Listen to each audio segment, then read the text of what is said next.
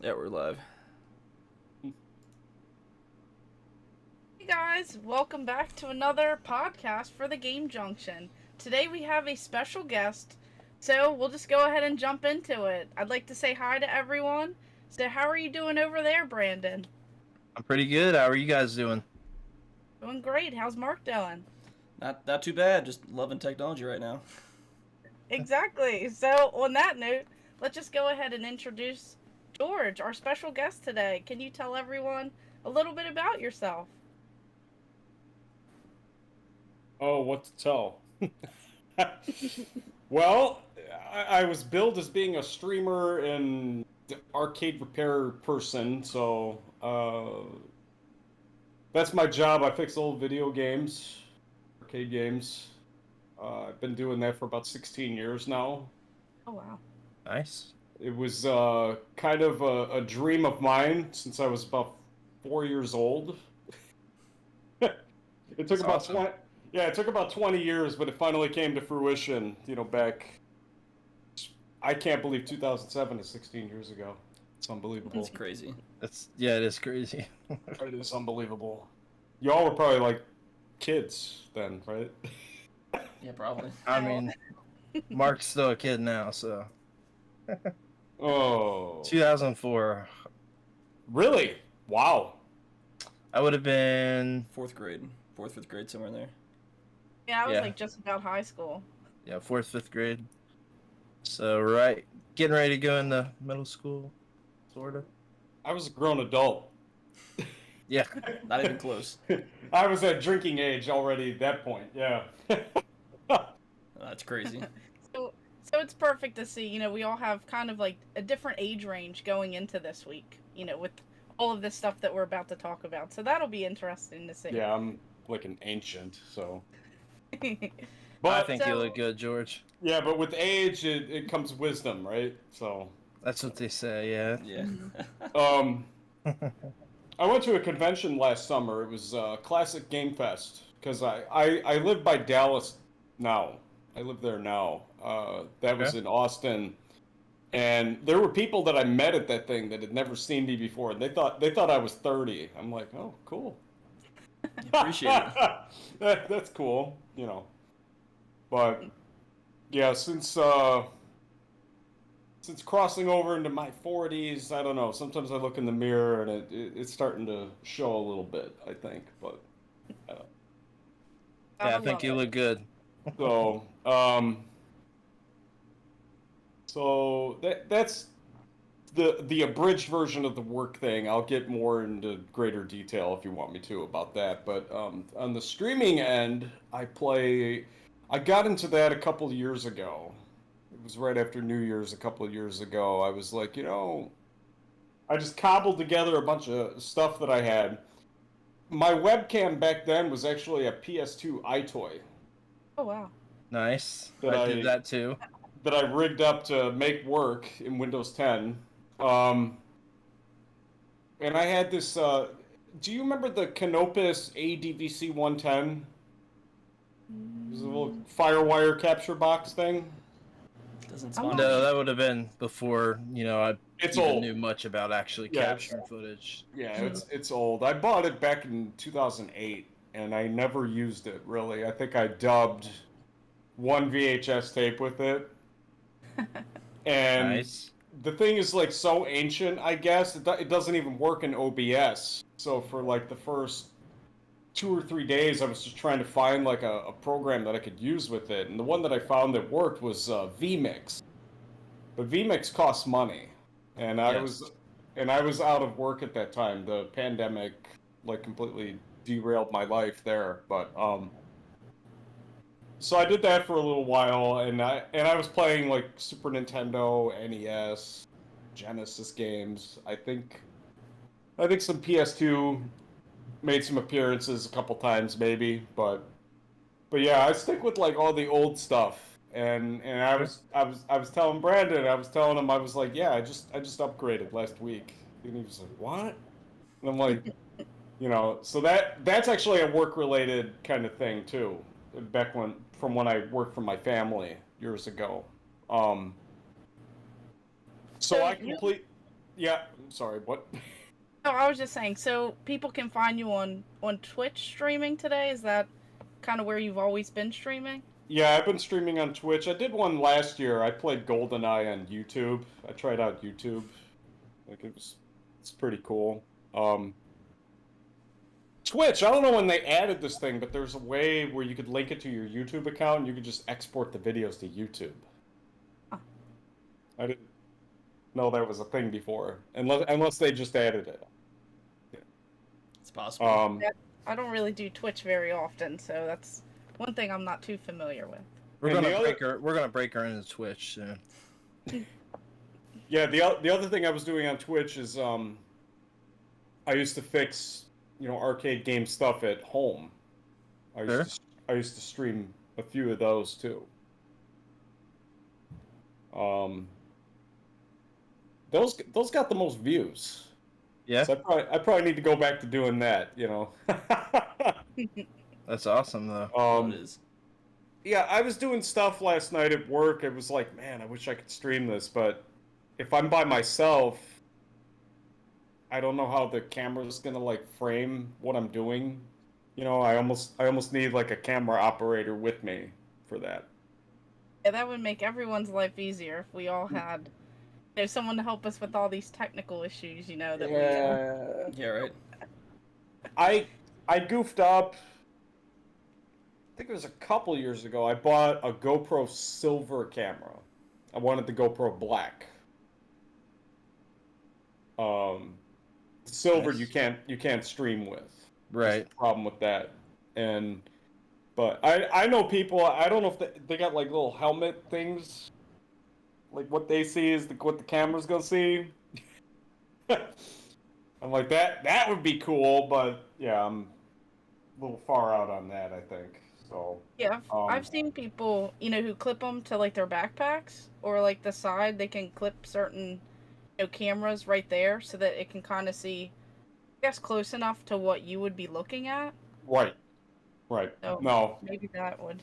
Yeah, there's a guy I know. He does arcade monitor stuff. He's got a YouTube channel. He just takes videos with the thing, and he just all of his content is him fixing monitor stuff. CRT monitors. Right. Which is Very passionate about CRTs myself. So. well, I mean, he runs his own arcade in Wichita, Kansas. Okay. Which it has a strange name. It's called The Arcade. That's what it's called. Nice. Oh, okay. But yeah, I used to see him at like Mortal Kombat convention stuff with Galloping Ghost Arcade, like Nice. for several years, and I haven't been to one of those in a very long time. I don't think they've done one since 2018.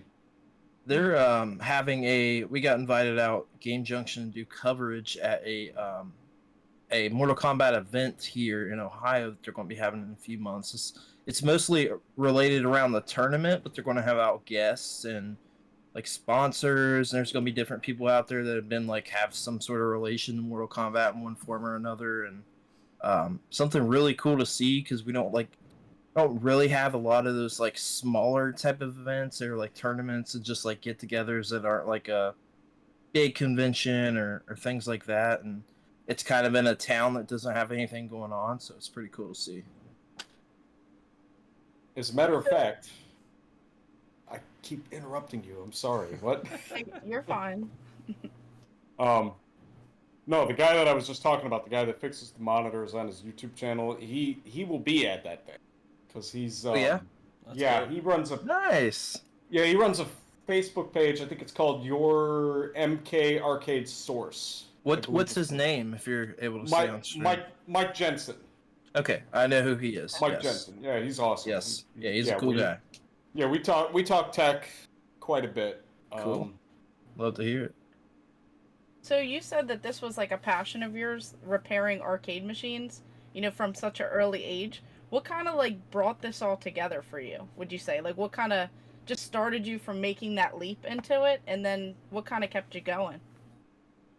Well, that's now you get the origin story. So I've talked to Brandon about my grandparents. They had a family entertainment center in Crete, Illinois, which is in the south suburbs of Chicago. This big giant thing, it's 32 acres of land. I remember back in the day when I used to be able to walk all of that. Now I can't do all that. But so my grandpa, so I came up in that thing after the 83 crash. You all know about the 1983 video game crash. Okay. So I describe it, I came up in the ruins of the crash because for a little while there, I mean, there wasn't really a whole lot going on. My grandpa was still running a lot of like golden age era kind of stuff. The first game I ever played, I think I was about 1.5 years old. It was Miss Pac-Man. Nice. So, my mom worked there, so I was there pretty much every day.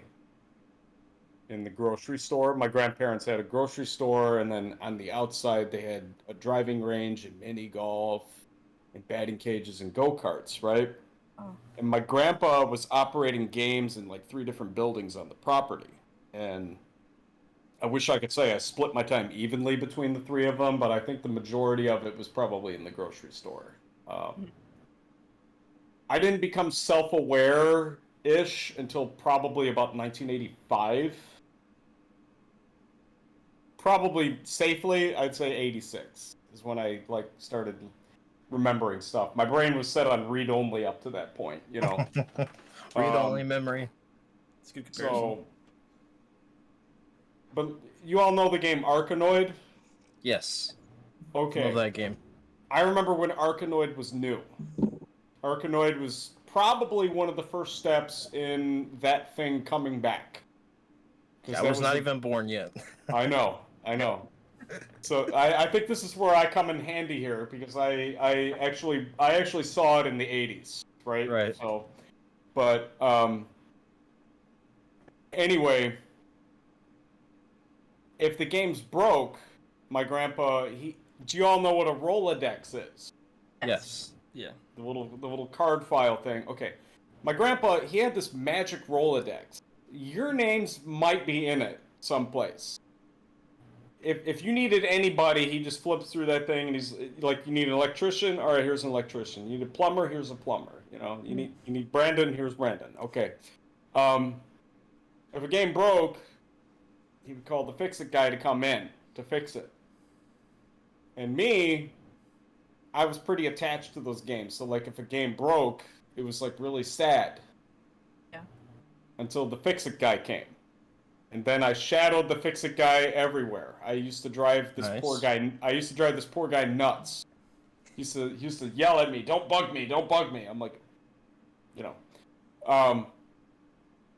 But I remember they turned the grocery store into a pool hall arcade. That was very fashionable back in the 80s, right? Yeah. And I remember it was when their Gauntlet 2 broke. And I remember the man comes in, takes the back door off of the game, and I'm looking inside it, and I'm like, and it was like at that moment, I was like, man, I wish I knew how to do that. Right? Boards are just fascinating. I mean, I caught that fascination early on when I started working on different tech and other things with computers. Like I did it stupidly early on. Sounds like you, just messing with technology. I just love the fascination of a board. Well, they wouldn't let me touch anything. There's a gentleman. To me, he's like Yoda with this stuff. Nice.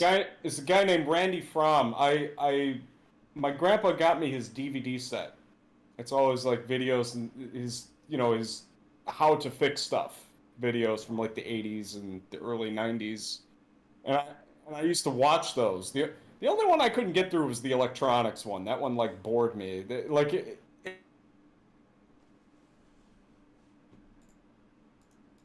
But Randy Fromm.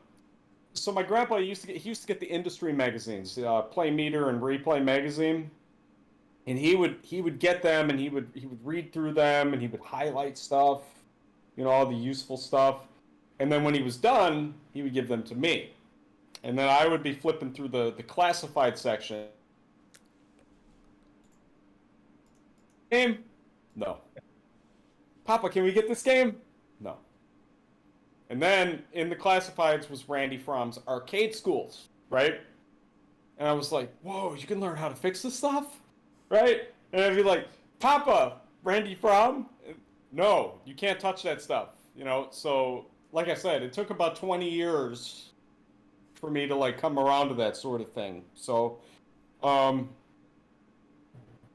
I wish my grandpa was still alive. The stories that he could tell you all would like blow your minds, you know. Yeah. It does sound crazy. So my grandparents retired back in 1997 and they leased the property out. Initially it was to two different people, and then one of them bought the other one out, and then they took the whole thing over. Okay. Well, 10 years, you know, like their lease was coming up and they had talks about it and they didn't renew. Parents didn't want to sell it for whatever reason. They wanted to go back into business at age 74 or 75, which I thought was crazy, you know. Yeah. But my now ex-wife, then girlfriend, had moved down there to live by me, and next thing I know, we're living together. And then now we're working together. You know, we're doing that place. We were working there like at the first season. I was doing 6 days a week, and then, you know, on my off day, I would help my uncle out with stuff with his DJ company. But what they did, here's what their plan was. Their plan was, and we're just gonna sell it to someone else for a lot more money or something like that, right? Well, I don't know if you all like were following like politics and stuff like that back in 2007, but that's when the lending crisis hit. Oh yeah. So we had a lot of prospective buyers that couldn't get the financing to do it. So we got stuck there is what happened, you know. But they bought like a 5 video games from the people that leased from them. Inside them now, you know. So that was where it started for me. I was like, oh, Ridge Racer. The sound out of the right side isn't working, and then like I take the back door off and I'm like, oh, it's unplugged. You know. Hey, I fixed Ridge Racer, you know. So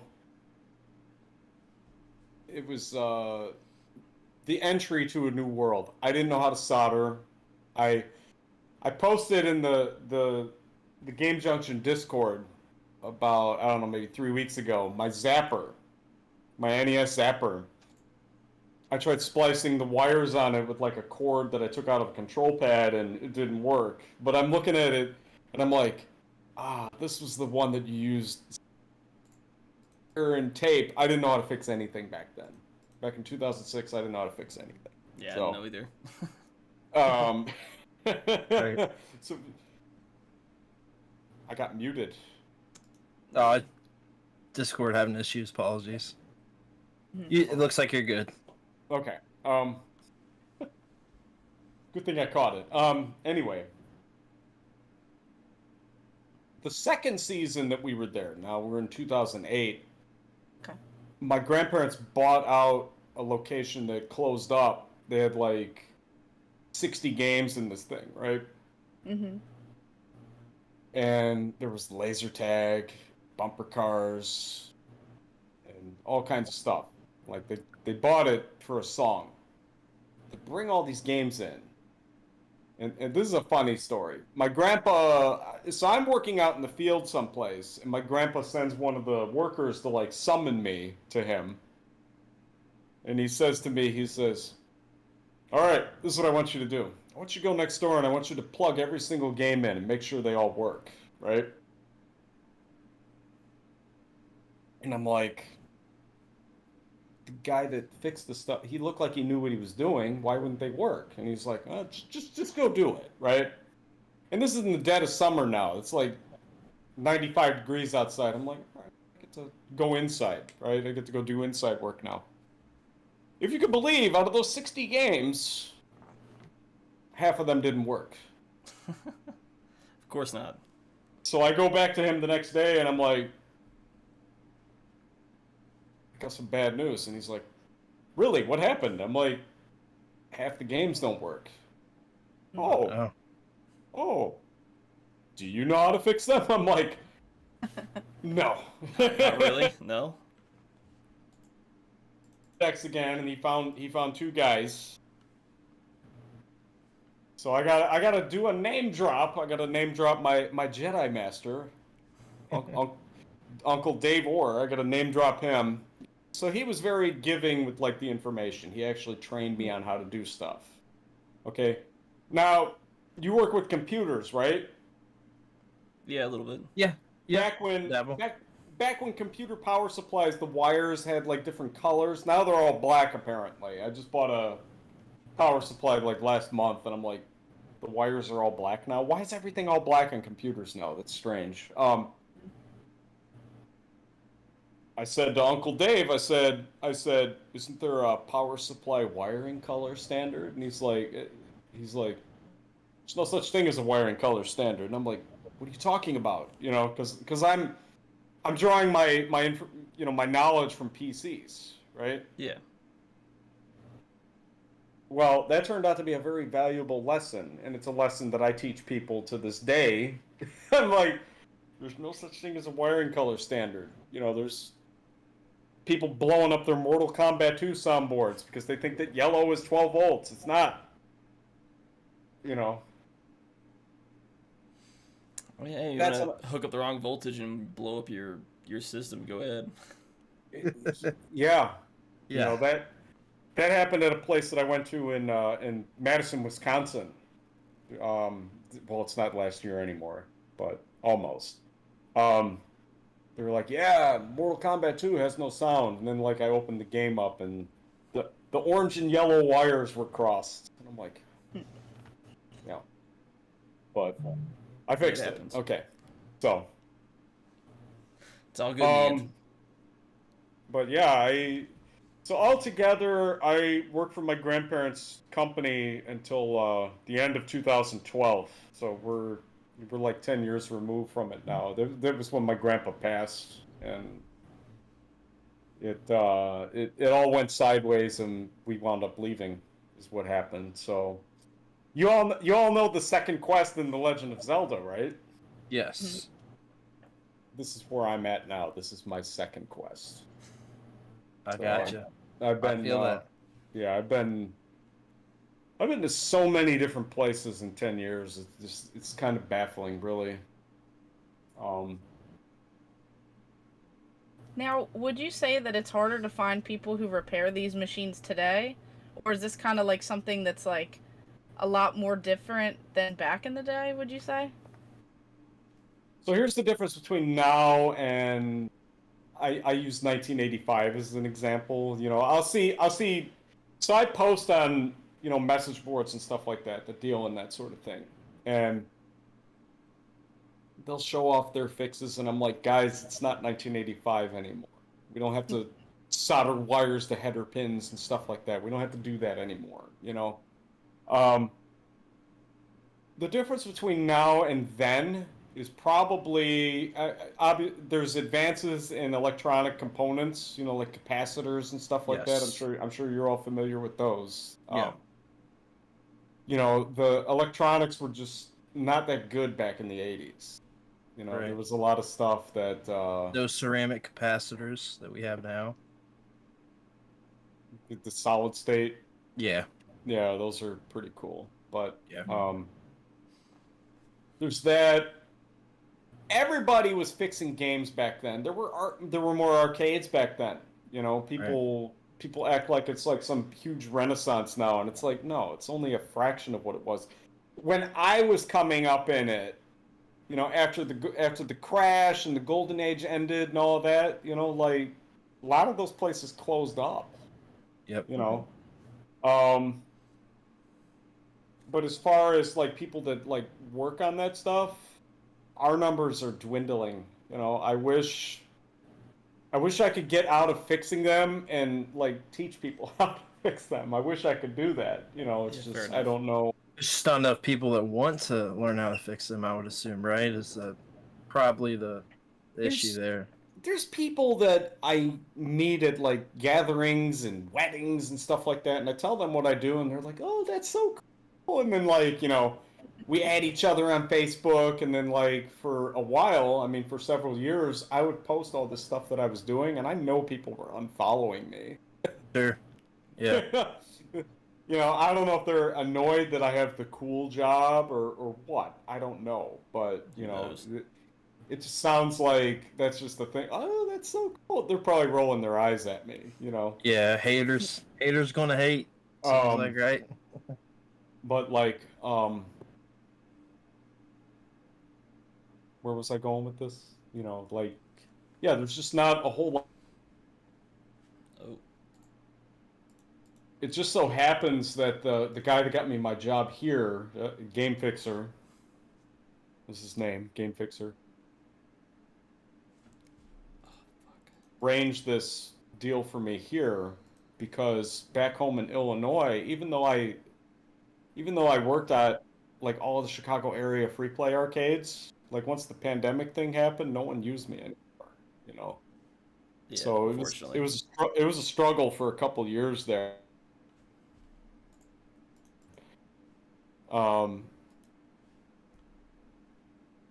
Game Fixer has been fixing games as long as I've been alive. That's a long time. So he knows. Yeah, he knows a lot of stuff. He's seen a lot of stuff. A lot. With me, I can only weigh in on so much. It's like if I haven't actually,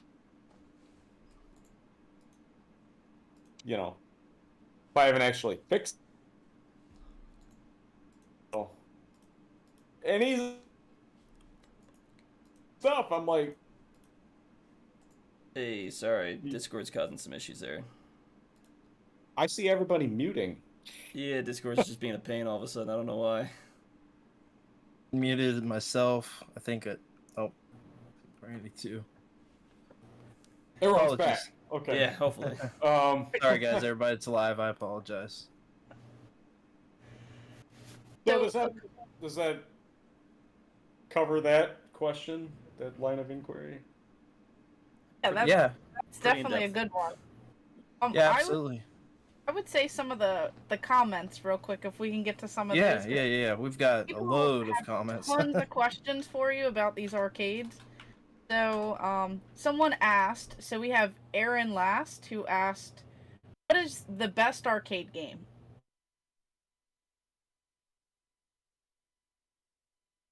Or like a top. My all-time favorite game is Smash TV. Okay. That's a good one. That's a good one. Brandy, do you have a favorite for? I'd love to hear everybody's favorites. Yeah, it's hard to just pinpoint, but I would say any fighting games, so mostly probably Me too. Mortal Kombat 2 would probably be one of my favorites because that's one of my first. But I would say any light gun game, so Carnival, House of the Dead, Virtua Cop, any of those are going to be my favorite. Virtua Cop, thank you. Thank you. Picking an arcade machine for me is a nightmare, but there is one that is my favorite because it's so hard to replicate. I would normally go Marvel vs. Capcom 2, right? That's my favorite fighting game of all time, and the arcade version is uncomparable. But my actual favorite arcade machine is Baby Pac-Man because of how unique it is. And being that the game that it is, it's a mix of pinball and an arcade game. I love that game so much. It's just not... Paxcalator. It's such a good game to me. Mark, what's your favorite? Pac-Man, because it's the only one that I know that I've played for a fact. I have very little to almost non-existent arcade experience, to be honest. You RL noob?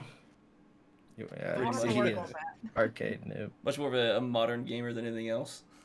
Sure. You got any? We got more comments, Brandy? Yes. So Aaron Last also said we can get to some of these other ones too. I have another segment that we'll go into. But it says, what's your least favorite arcade game, and what's one of the toughest ones to work on? it's funny. Baby Pac-Man is one of the worst ones to work on. Yeah, I've heard that a few Yeah, times. yeah, there was one at a place that I was doing work at in Menominee Falls, Wisconsin. This by Milwaukee. The Garcade.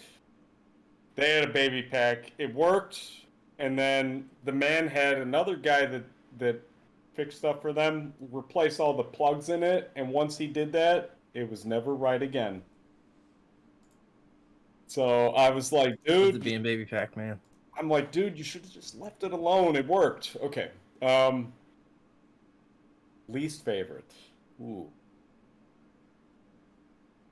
I don't know if I have like an actual least favorite, but you brought up Marvel vs. Capcom 2. Those versus games, I don't get them. I don't understand them. I don't understand them. I bought Marvel vs. Capcom 2 twice. I bought it twice. I bought it 3 times. It's rough. Yeah. I mean, they were, actually bought, this came out when the Dreamcast was active. I got like just like a mixed version of the game with different music, because people were already putting stuff out, with being able to throw any disc in the Dreamcast. Then I got it on PS2. So I had 2 versions on the Dreamcast, PS2, and I just love that game. I was talking about the Naomi, the actual arcade hardware. Oh yeah, yeah, sure. I bought 2 of those. My brother was a huge Marvel fan. He was a huge Marvel fan, so he loved that game. He loved, I think Iron Man and Spider-Man and Captain America, I think, were like his favorite characters. Captain America's overpowered. The whole Marvel character side is overpowered in that game. It is, I agree. But could they beat Goku? Sorry, there's a whole rabbit hole. Yeah, I mean, I think they could, but it's just me. Goku now? No, maybe not. I haven't seen Dragon Ball Z in so long. That was back in 1999. I was staying at my other grandparents' house down in Florida. And that was when it was on Cartoon Network. I don't know if that's still a thing. I don't have TV. Yeah, at that time. I'm watching it. It's like an episodic thing. And right before it gets to like the conclusion episode, it like started over again. I'm like, man, skip this.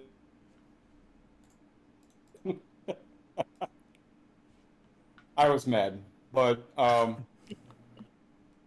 don't know. Keep giving me questions. So, Haven Bomberman is saying, hi to you, of course, and then, will arcade machines survive in the next 20 years? And do you think parts are going to become more and more scarce? Or are there places kind of replicating these things? All right. Me personally, I'm terrified at the prospect of them going the way of the dodo. Okay? Because obviously I was born in that environment, pretty much. Sure. To me, it's the only world that I've ever known, and a lot of the games that we get at work, I open them up and I'm like, why did they do that? Just yeah. It's the lack of education, and that's the reason why I wish I could teach people this stuff better. I wish I could do that, because I mean, it conserves these arcade machines that are, they're doing extinct as they are. So they're doing all them 1985 fixes, and that just doesn't jive with me. But I'm worried about 5 to 10 years from now. Mm-hmm. And so here's a fact that you are probably all not aware of, but like when those games were made, like back in the day, they were only intended to live for about like 3 years. Right.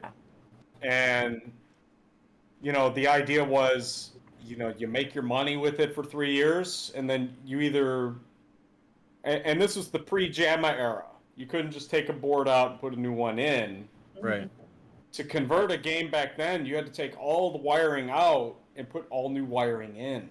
Like, it was crazy. You know, A lot of these games, they're like, we're gonna have the new game out in a couple of years, like Mortal Kombat. We're gonna have Mortal Kombat 2 out 2 years later. A lot of those games were like that. Mm-hmm.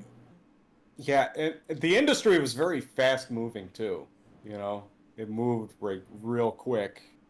Like, we look back on like games like the Konami Ninja Turtles or Turtles in Time, Simpsons, Konami X-Men's like one of my favorite beat 'em up games. A lot of them didn't really have like longevity. Sure. You know, the day that my grandpa sold Ninja Turtles, like 1989 Ninja Turtles, I was bawling my eyes out. And I got my mom trying to like explain to me, she's trying to explain to, how old was I then? An 8-year-old child, the economics of arcade games. You know, like, baby, the game's only making $1 a day. You know, the electricity costs more than that to run it. Mm-hmm. You know, so now I understand it, but at the time I was furious. And believe it or not, that was when Ninja Turtles ended for me. Yes. Wow. My Ninja Turtles fandom, it died that day. Oh no. Wow. So we got so many Ninja Turtles arcade games too. So you know that? Have you seen that Raw Thrills one? yes. Yep. Fantastic game. I like that game. I like that Great. game. That game was cool. Top tier. Love it. I deviated a lot. What was the Oh no. question? About how long? Yeah, the games longevity, kind of longevity. Yeah, on the arcade game. I'm really not seeing it. I mean, Yeah. it's pretty scary. As far as like parts availability, a lot of the parts. This is why I post on the message boards predominantly. I think for me, I do what I do in the interest of preservation. You know, Sure. I'm like the original concept of the Brotherhood of Steel. That's what I am. You know, a lot of what is keeping it going is the hobbyist collectors. Mm-hmm. You know, Yes. there's a lot of people. There's a guy. He reproduces the metal control panels. Okay.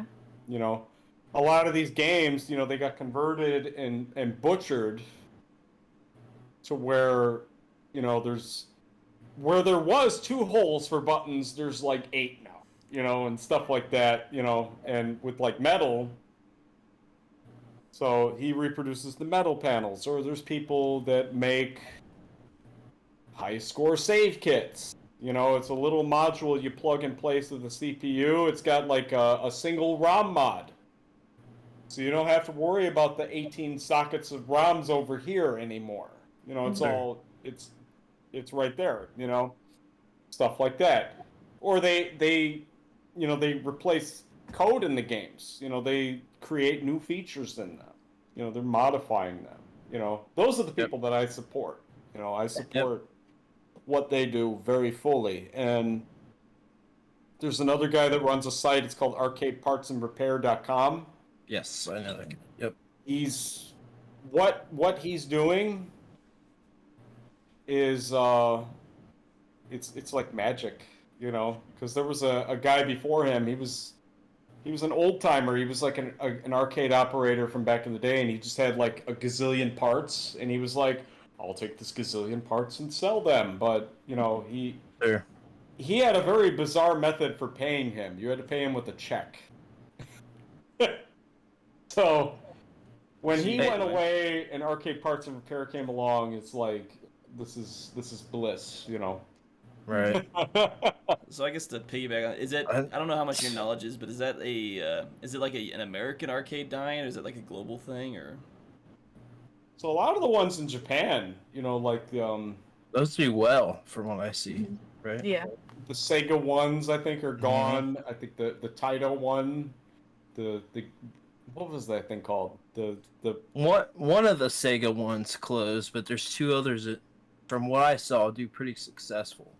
So I think Konami is going to take over one of those arcades, and they'll probably put in a lot of their pachinko. But from what I see, they're actually going to expand with their arcade stuff. It does well in Japan, but globally, it doesn't. So I think- generally, we're looking at the 1% for arcades. I think the pandemic wiped them out too. I think so too. Yeah. A lot. Yeah. Yeah, a lot of places. There was this one in Idaho. It was called Grinkers.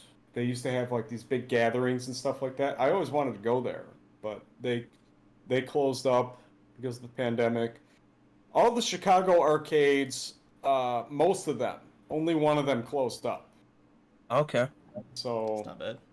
Galloping Ghost Arcade is good. Underground Yes. Retrocade is good. Prince Arcades is good. And then, there's the barcades, beercades, they Right. Which, yeah, that's a little bit different. I do want to hit a few of these comments, if you don't mind. We've gotten a lot. I'm super shocked at the amount of comments. I'm trying to go back a little bit here. We've got... I'm new here. Thanks to Joshua Ryan McCarthy. This is from Michael on Facebook. Hey, appreciate you stopping in. Let's see. We've got... Might be tempting for the arcades, but I do want to check out into getting some arcades of my own. We've got Street Fighter 2 Tournament, Super Nintendo over arcade. The arcade version's got to be the version to go, right? Maybe. I don't like Street Fighter 2 on Super Nintendo. It does a job for console, but it's definitely not better than the arcade. No. No, not even close. I had Makes I got sense. the Genesis one, Special Champion Edition. Yeah, which I don't like myself. Not a big fan. Not a big fan. I sold all. I had those. 3DO Super Street Fighter 2 Turbo is the way to go for any console version at all of anything. The only way you could get that game back in the day was 3DO, if I'm not mistaken. I'm sure there's like a remastered version. There is. Yeah, there is. there's a bunch. Yeah, but I still go back to 3DO. I mean, that's the main reason. I still like 3DO a lot, but it's my main reason to turn on 3DO at least once a week to play a couple matches. I love that game. It is arcade perfect. I don't like Super. Ah, man. See, we can't be friends anymore because it just I like doesn't it. work. Rough. I like Alpha. Dude, that Alpha Alpha's 2 great. that Alpha 2 that we got at the shop, I put new joysticks on it last night, and I'm I playing saw. it. Yes. And I beat the game, and I'm like, there's no way that was normal difficulty. So that was a ROM swap. It had like Asia ROMs, and now it's like Okay. US ROMs. Huh. And by default, the game is on like hard 2 difficulty. Ooh. So You're like a Street Fighter master, essentially. It's all over the place. All over the place with that. We've got... Oh my goodness, so many comments. Aaron Last says, do you reply to comments? We do. I apologize. We are loaded with comments tonight. We've got... I'm going to have to consolidate a few of these. I will not be able to get to everything, guys. I apologize. Some of these are just... They're going to get into long conversations, so I got it all get a little night. bit hard. I got all night. No, you're good, man. I'll ask all these as one question. I think Brandy already asked this one. What's the newest arcade game? What's your least favorite arcade game? And something about lagging. I think that's about the stream. So what's the newest arcade game that maybe you've worked on or you know about? And then what's your least favorite arcade game? We already covered least favorite. Did we? Baby we did. Pac-Man to work on? Yeah, baby. Yeah. So, Cool Uh, for the novelty. Cool for the novelty, but I love that game, but if it's working, and I imagine working on that is a nightmare. So what's an arcade game that's hard to work on? Baby Pac-Man, as he said already. Will arcade machines survive? We kind of covered that one. That's another We're one. down to Haven Bomberman and Arcade Cup. This is going to Yeah. transition this whole thing. Oh, Arcade Cup. That's Chad Entringer. And we got like another 17 after that. So if we can't get to all your comments, I apologize. What's up with arcade one-ups? And some people say one-ups need to stop existing. So let's just talk about the future of this arcade, where it's going, and what do you think about them? Arcade one up. That's a good topic. That's a good Yeah, it topic. is. There's a post that I saw on Facebook today. It was about an all original Donkey Kong, and I commented on it. They said people should make new cabinets, and that is a thing. There are people that do that. Okay. I said they should make new ones to put those multicade things in and leave the originals alone, right? Mm-hmm. Well, the arcade one-up, I don't think they should be classified as arcade stuff. It's very difficult, like going on eBay or Craigslist or something like that and looking up arcade. It's got arcade in the name. Those come up. You know, I don't think they should be classified as like arcade stuff. They should be toys. They're basically toys. Okay. All right. So, but what they are good for is for casuals. You know, like if you just want to have like an NBA Jam thing in your house, you can do that. Yeah, right. You know, because there are a lot of people, a lot of arcade game collectors that think they can get into it, and they think that the psychology of how to fix those things is like blowing into an NES cartridge, and it's not. It doesn't work like that. There's a reason why a lot of games say no operator serviceable parts inside. Do you all know what that means? Can't fix it. It means don't. That means yeah, if don't, you're don't, not don't a game technician, don't touch it. open it. Exactly. You know? Yep. So that's Don't where touch Arcade the 1-Ups. red. Yeah, that's where Arcade Don't 1-Ups. touch the red wires. Don't touch it. Don't push the red button. Don't push the red button. Don't push anything. Don't push the red button.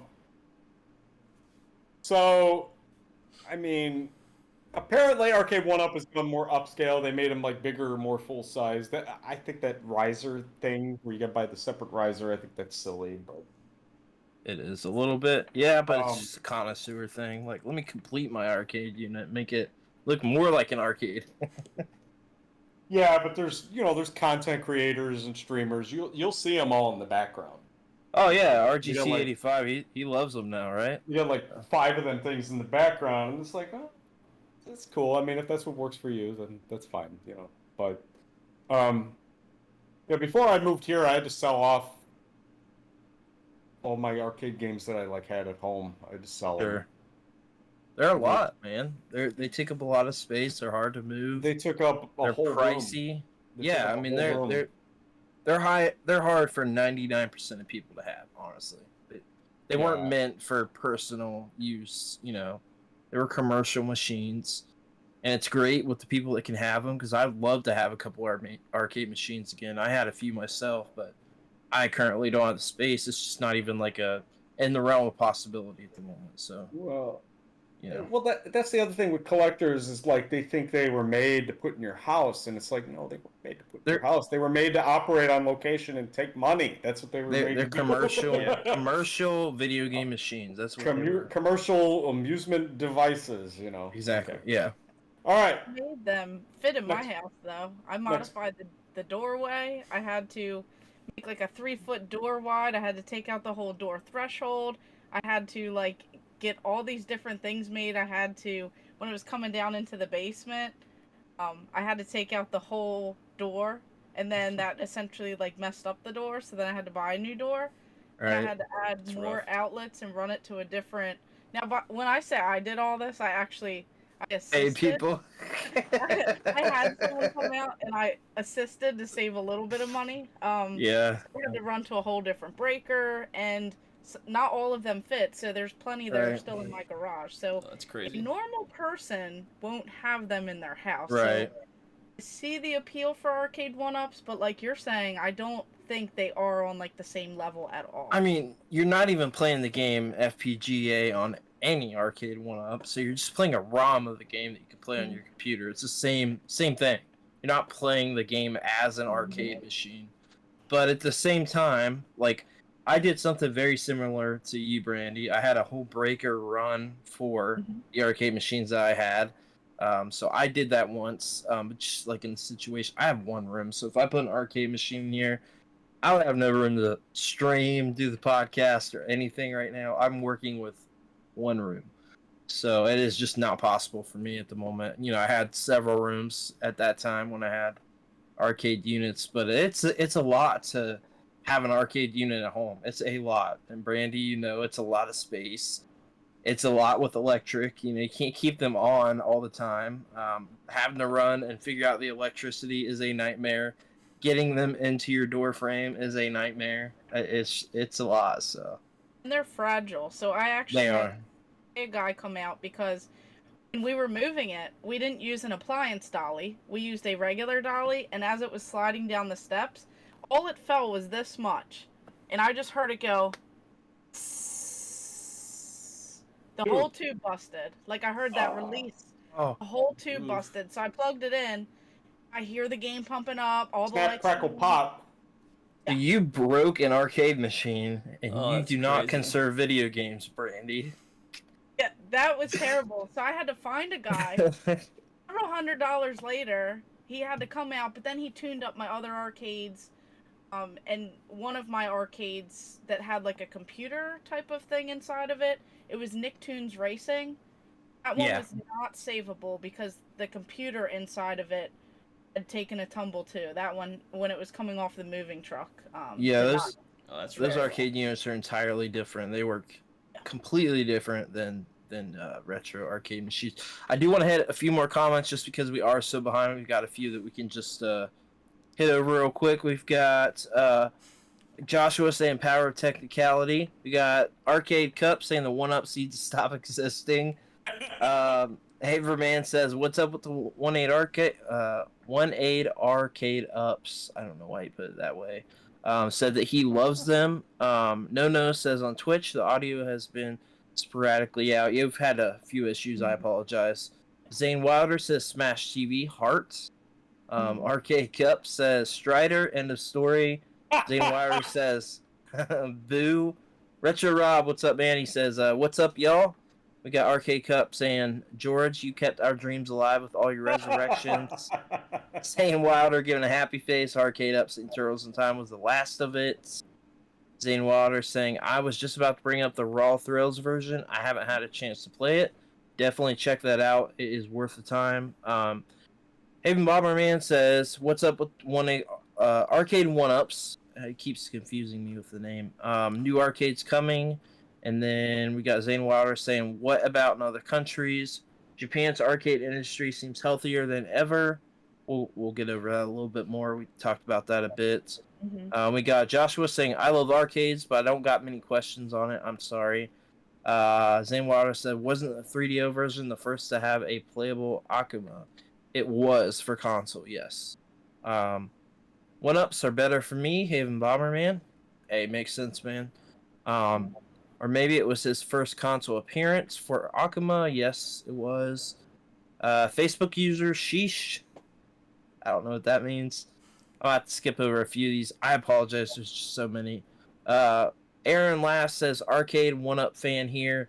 I support them. There's many reasons why. Hey, it makes sense. I get it. Do the one Arcade 1-Up cabs use MAME, or are they using clone hardware? They are just running the ROMs with those. So essentially, yeah, it's clone hardware, but they're not FPGA. Facebook user, I can't see who you are, says, why Super Bowl when you can Game Junction? Thank you. That's what it's all about. Haven Bomberman says they are not toys for Arcade 1-Up. I disagree. Sure, I mean, everybody's got their opinion. Winter Mute 740 says, super what? I'm here for the Game Junction. Awesome, thank you. We've got NBA Jam in the house, like Space Jam. I think one Arcade 1-Up caters to those who cannot afford the real deal. I wouldn't consider them toys. It's like saying video games are for kids. That's Retro Rob. I see that and I understand that. I pretty much agree on my end. We got Guitar Hero Kiosk for the win. Retro Rob commercial, but still cheaper than the originals. That is true, and it's a big advantage of them. I got a Life Force and Narc sitting in my kitchen right now from Arcade Cup. Man, that is dope. I need to properly introduce him. Sure, yeah, go right ahead. Arcade Cup, that's Chad Entringer. He is the foremost expert in CRT monitor repair. That's all he does. He just fixes arcade game monitors. Nice. That's beautiful. That's in his I- basement, and we have worked together. Like, it was pretty intense. Mm-hmm. That's awesome. No, it is totally. We just got a that's few a more skill. here. Definitely a skill. He's probably gonna be blowing up my phone now with texts. Why not? You're good, man. Hey, we Oh, love it though. We love the and interaction. Zane Wilder identified themselves to me. That's my dude Kane. He used to work for ZeniMax. Oh, okay. Very Cool. Yeah, Cool. yeah. Actually, I got some treasures over here. Let me go grab them. Sure. Well, we just got a few more comments here. We've got Joshua saying you need a separate house just for arcade machines. I can Sure. relate. I am downsized to essentially one room right now. Zane Wilder says, "Well, I like to actually own a DDR machine among several others." Dude, I would Ooh. too. That would be wonderful. Ooh, They're very pricey though, and hard to work on. hard to work on. Yes, I very hard to work never- on. I never really had the misfortune of having to like fix a pad on one of those. Never I had have to do gotten to that. see somebody working on one of those in person, and they are a nightmare. There's I Nightmare. can imagine. Yeah, I have a Facebook group chat of it's a combination of technicians and collectors. Sure. And the reason why I created that was so that like if any of us comes across any like issues with games that we're working on, we just bring it up in the chat, and everybody kind of pools their knowledge together, and we solve problems. But yeah, there's a dude in there, Triforce something. He got one of them DDR things, and he'd been messing with that thing for weeks. Was I this think- Trifectra by chance? No, his name is Triforce077 on Discord okay. on Twitch. Too many things, too many mediums. Oh yeah, no, I get it. Yeah, he said that he was gonna watch. Gotcha. Cool. Love to have him in. Samuel, if you are watching, you need to post a comment. All right, more comments. We've got a couple here. It was just a few after that. We got PlayStation Chevy, who was our guest last week. He says, "Great episode. Keep up the great work. Thank you so much. We appreciate it." We got Joshua saying, "Game and cook." Aaron says, "Mark not talking. Why does Mark never talk?" We've had some Discord issues this week, so I apologize. We've been working on that. And I don't know anything about arcades, so Noob. We have to change that. We'll change that. Noob. Yeah, we're getting ready to head into some news. We've actually gone way over, which I don't think this has ever happened where we've been able to talk this deep and not We're even up- get into news yet. So that's We're cool. up against the Super Bowl. We are up against Super Fair Bowl. enough. This episode has to be bigger. It does. I agree. Brandy, you want to go ahead and dive into the next area here? We'll hit some news, and then we have still a couple more topics and Yes. questions for you. We'll be So- bringing yes. So we'll jump Plenty of into topics. real quick the Nintendo Direct recap. So I'm sure that a lot of us have maybe at least seen or maybe heard a couple things, and some of us have even played some of the new games. I just wanted to jump into that. What does everyone think? One of the best parts, was it the Game Boy Color, the Game Boy Advance games on the Nintendo Switch going online? Has anyone played any of those games? You guys excited? I'll just say, hands down, the only thing I cared about was Metroid news. So, but I haven't got around to playing it yet because I'm waiting. I'm not gonna double dip. I want it physical. I don't want to buy the game twice. So I'll just wait for the physical to come out later this month. Same. So that's another one. Metroid Prime Remaster. So the release of the physical game says February 22nd. It should be around $40 if I'm It's accurate how on it is that. digitally right now. So I assume the physical should be around there probably. So I'm hoping to get that. I am looking forward to that. I've seen pretty decent things about it so far. Everyone seems to be liking it. So it's good to know that at least you're on the same side of getting the physical release. Yeah, and I know me and Brand talked a little bit more about it, but from what I've seen is it's still using it's a new engine, but it's still using the original code from the GameCube. So it's, from what I understand from people who are saying, it plays the exact same way. It's just like a new fresh paint for the most part. But no, it's killing me not playing it right now. But I don't really want to spend $80 on this game. Very true. No, I'd rather get the physical that way. Like you said, you don't double dip into that. Yeah. That was probably one of the most exciting parts, I would say, for me, when I saw that.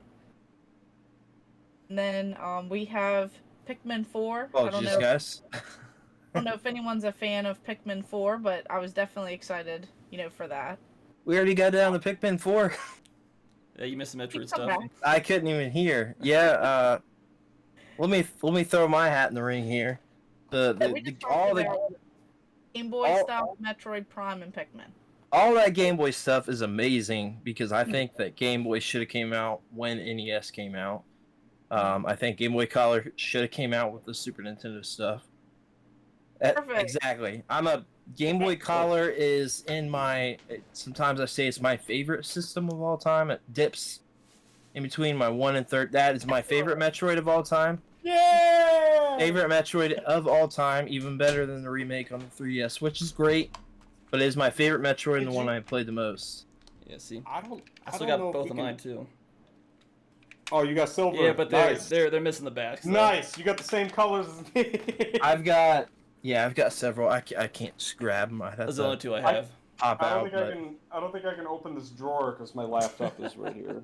But Mine are in the basement. I have different region variants. So I have some from Australia, Japan. I have tons.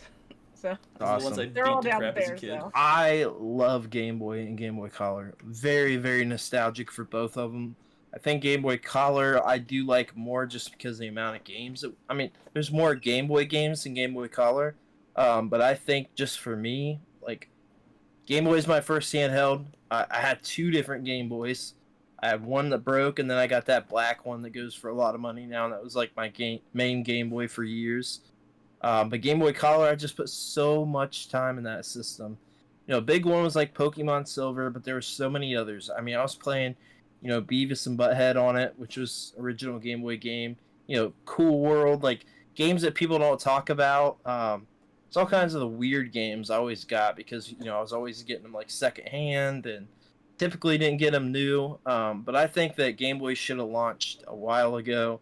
When people were saying GameCube, I'm like, no, I want Game Boy and Game Boy Color. Was not expecting GBA games, which was a super nice surprise. And we played like 4 of them on stream, and I had a lot of fun. I want to go back and finish the WarioWare.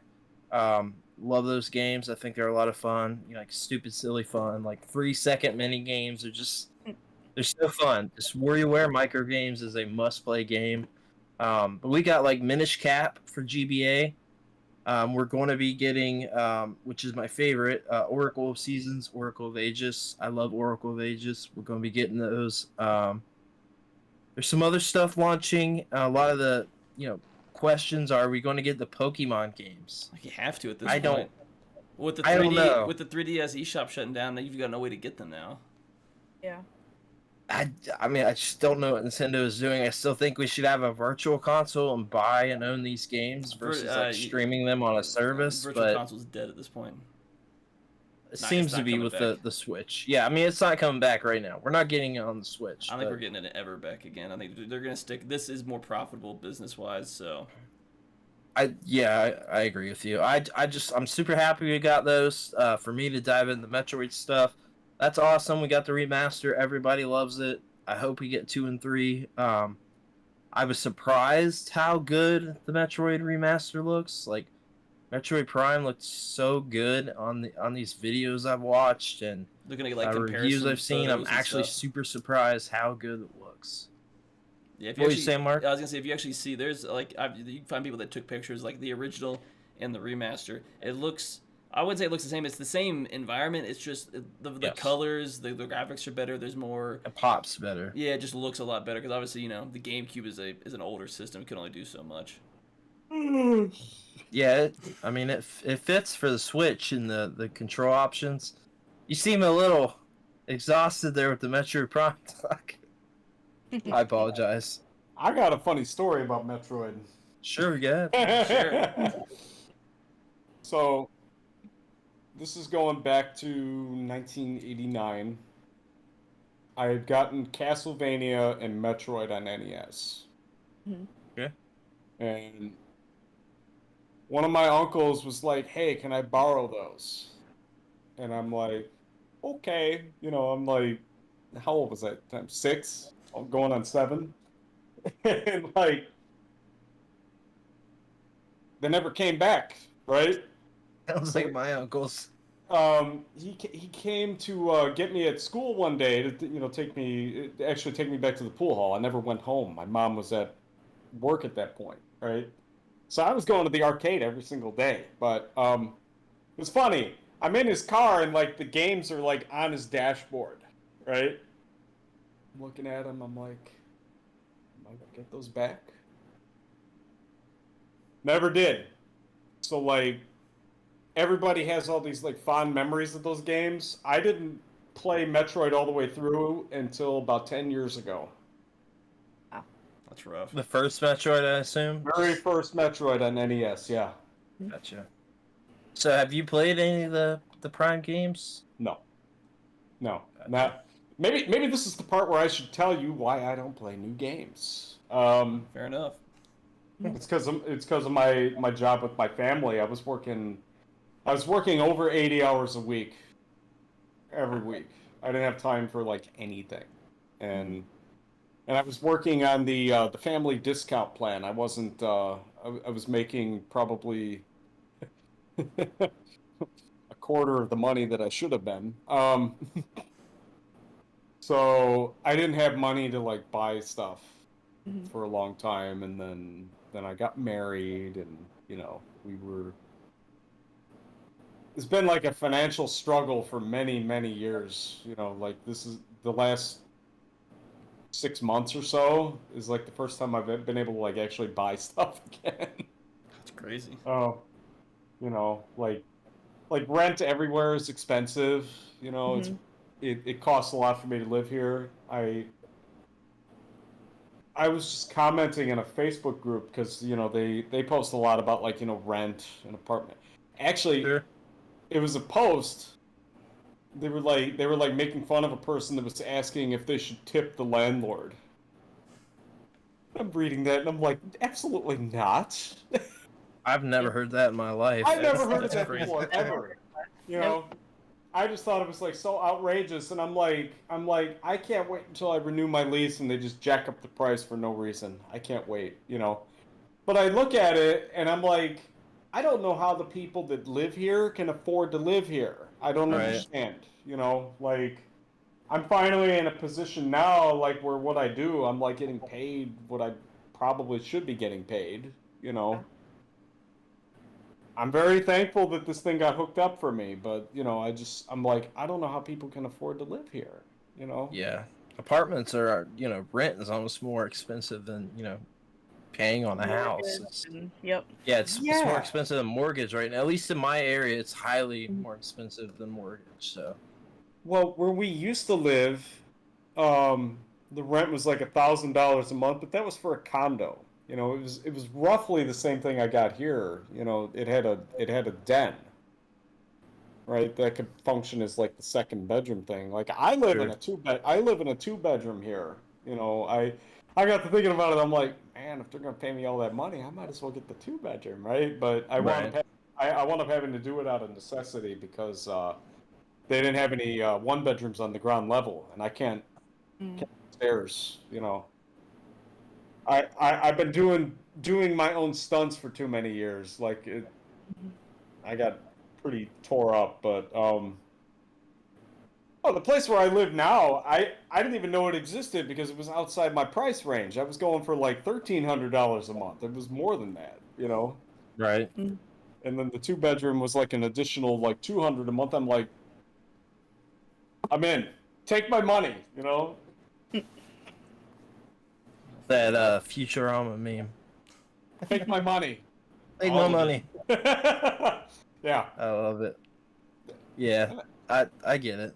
Yeah. So, we got more comments? Yes. Yeah. We actually go ahead, Brandy. We've got a few more there. Joshua Ryan McCarthy from Facebook. Honestly, I turned off the Super Bowl to turn this on, so thank you so much for that. Thank you. We have Mysticals, who was happy to see Pikmin 4. And then we even have Joshua again. I'm still searching for a Switch right now. Getting a Metroid Prime would be sweet. We even had, right here, we had Arkansas Picker. So, Yes, thank you.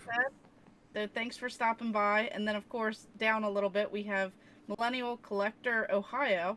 Every time I see you, Arkansas Picker, I hear Retro Rick singing your intro. LOL.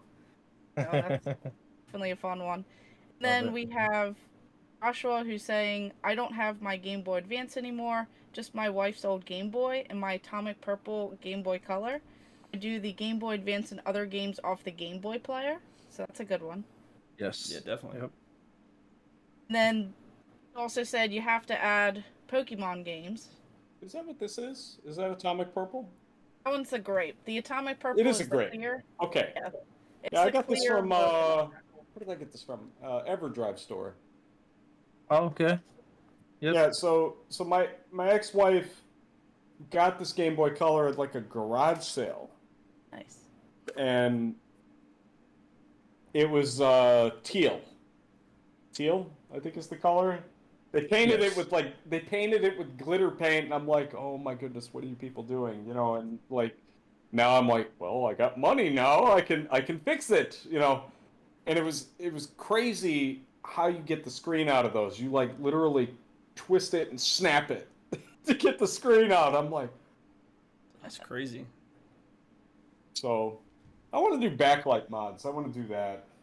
Yeah, some of them aren't too difficult. I don't really do a lot of the fixing and stuff, but me and my buddy, we kind of, walk through it together, and it was not that bad. If I can do it, Yeah.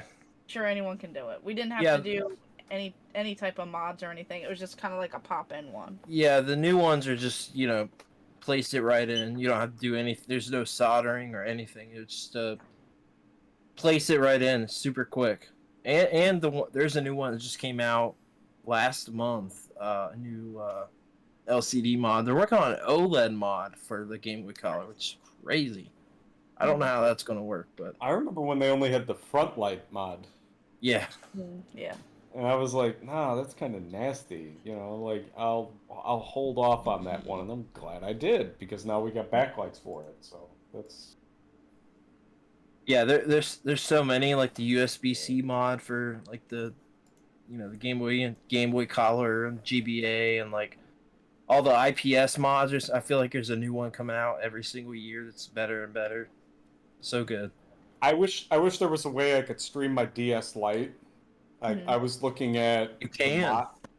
You can. I was looking at the mods for it, and I'm like, dude, like, I'm not doing all of that. It's a lot. Yeah, you gotta really go out of your way for it, but it's like the Vita. There's actually like a more easy mod for that. Like the 3DS. I don't know if you've ever seen like the mods for that. So you basically got to put a whole chip in your 3DS and have it plugged in at all times to stream or capture any footage from it.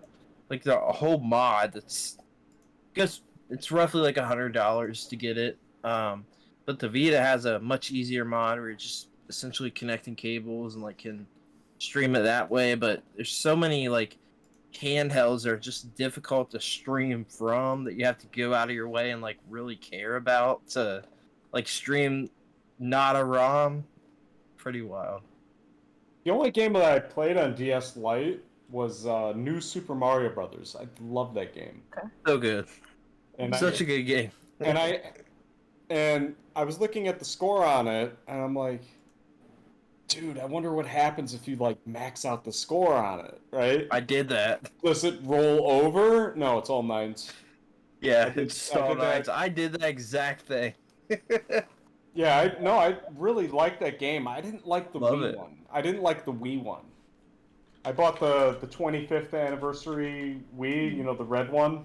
Oh yeah, I've got I that. bought that. Yeah, I bought that from Black Friday 2010, and it was kind of a mistake purchase, honestly. But So, Retro Rob said, just to backtrack a little, the OLED mods will be a drop-in, so that's good to know. nice. And then most of the IPS mods are drop-in also, Yes. and they're up to version 5 or 6 now. They're at and then- 7 actually. For that, they Oh, are perfect. dropping. Plug and play now. Then you can HDMI mod handhelds or go RGB out and can stream with those. So that's good to know. Yes. Yeah, they come a long way with the Game Boy stuff. Like the Vita stuff is actually pretty easy to mod now because there's a lot of people interested in doing that because I'm going for like a full Vita set. But like other stuff like the 3DS, you have to add a whole chip into the 3DS just to stream it. It's wild the variance in systems and handhelds and how you stream them and how they work with modding. So has anyone looked into a little bit more of Zelda? The new Zelda that we're getting, the pre-orders, has anyone gotten that yet? Secured? I've tried. I haven't yet. I failed. To be fair, I left it up. I wasn't like directly into. I had in my cart. I got a message the other day or an email from GameStop asking if I was going to check out my cart, and what was in my cart was the collector's edition. And I go to it and there's nothing in my cart. But no, to be fair, like I put it in my cart and waited like an hour later. I'm sure I could have had it checked out, but I had to put my card in and there was something going on at the time, so it was my fault for not being able to grab it. That's the only thing I can think of, like something like that I actually wanted to grab that I've not been able to, but it was just kind of on me on that one. I just waited the hour and it was gone, and it is what it is. That sucks. As time goes on, we can get more of those. Oh yeah, yeah. I hope they do like the Metroid Dread stuff. Like that collector's edition sold out, but then I saw it everywhere. Like everywhere I went. I mean, there was a used game store that I have in Chillicothe, which is about half an hour away from me. They had 7 of them there, and these were, they sold out. Like nobody could get these games. There's like 7 of them just sitting there. I come back like a month later doing my game hunting, and they're just sitting there again. Like nobody even picked them up. Like they were everywhere I went. GameStop still had a bunch of them. Probably a bunch of scalpers bought them all, trying to make money. Yeah. Potentially, yeah. It's. I mean, I'm sure, especially Zelda. I don't feel like this is going to be the same deal as like Metroid Dread. Like I feel like this is going to be they're sold out, and it's going to be like a whole issue.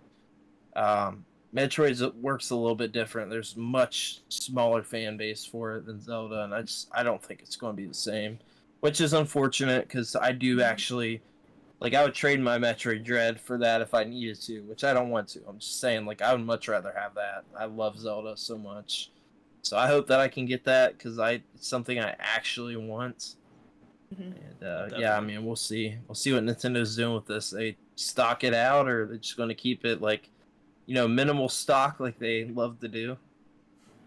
Yeah, I would hope for a game this big that, they'd make a little extra, or they'd give, other people like a chance to get into this a little bit more. So I mean, all it is them losing money, right? Like, yeah, probably. I mean, you want to make money or you want to lose money, Nintendo? It's up here. Because the people, they buy it and then sell it, they're the ones who are making the money. So Yeah. we'll see. Yeah. Where that one goes. And then Hogwarts Legacy. You've played it, both of you? One of you? Mark. I played a few hours of it. How do you like it? I've heard it's getting rave reviews. I think it's a good game. Yeah, not the big. I mean, a lot of the intro stuff. The first few hours, you're going through the tutorial, which always kind of sucks. But once you get out of it, you get into the Gerudo world. I think it's a really good game. I've enjoyed it so far.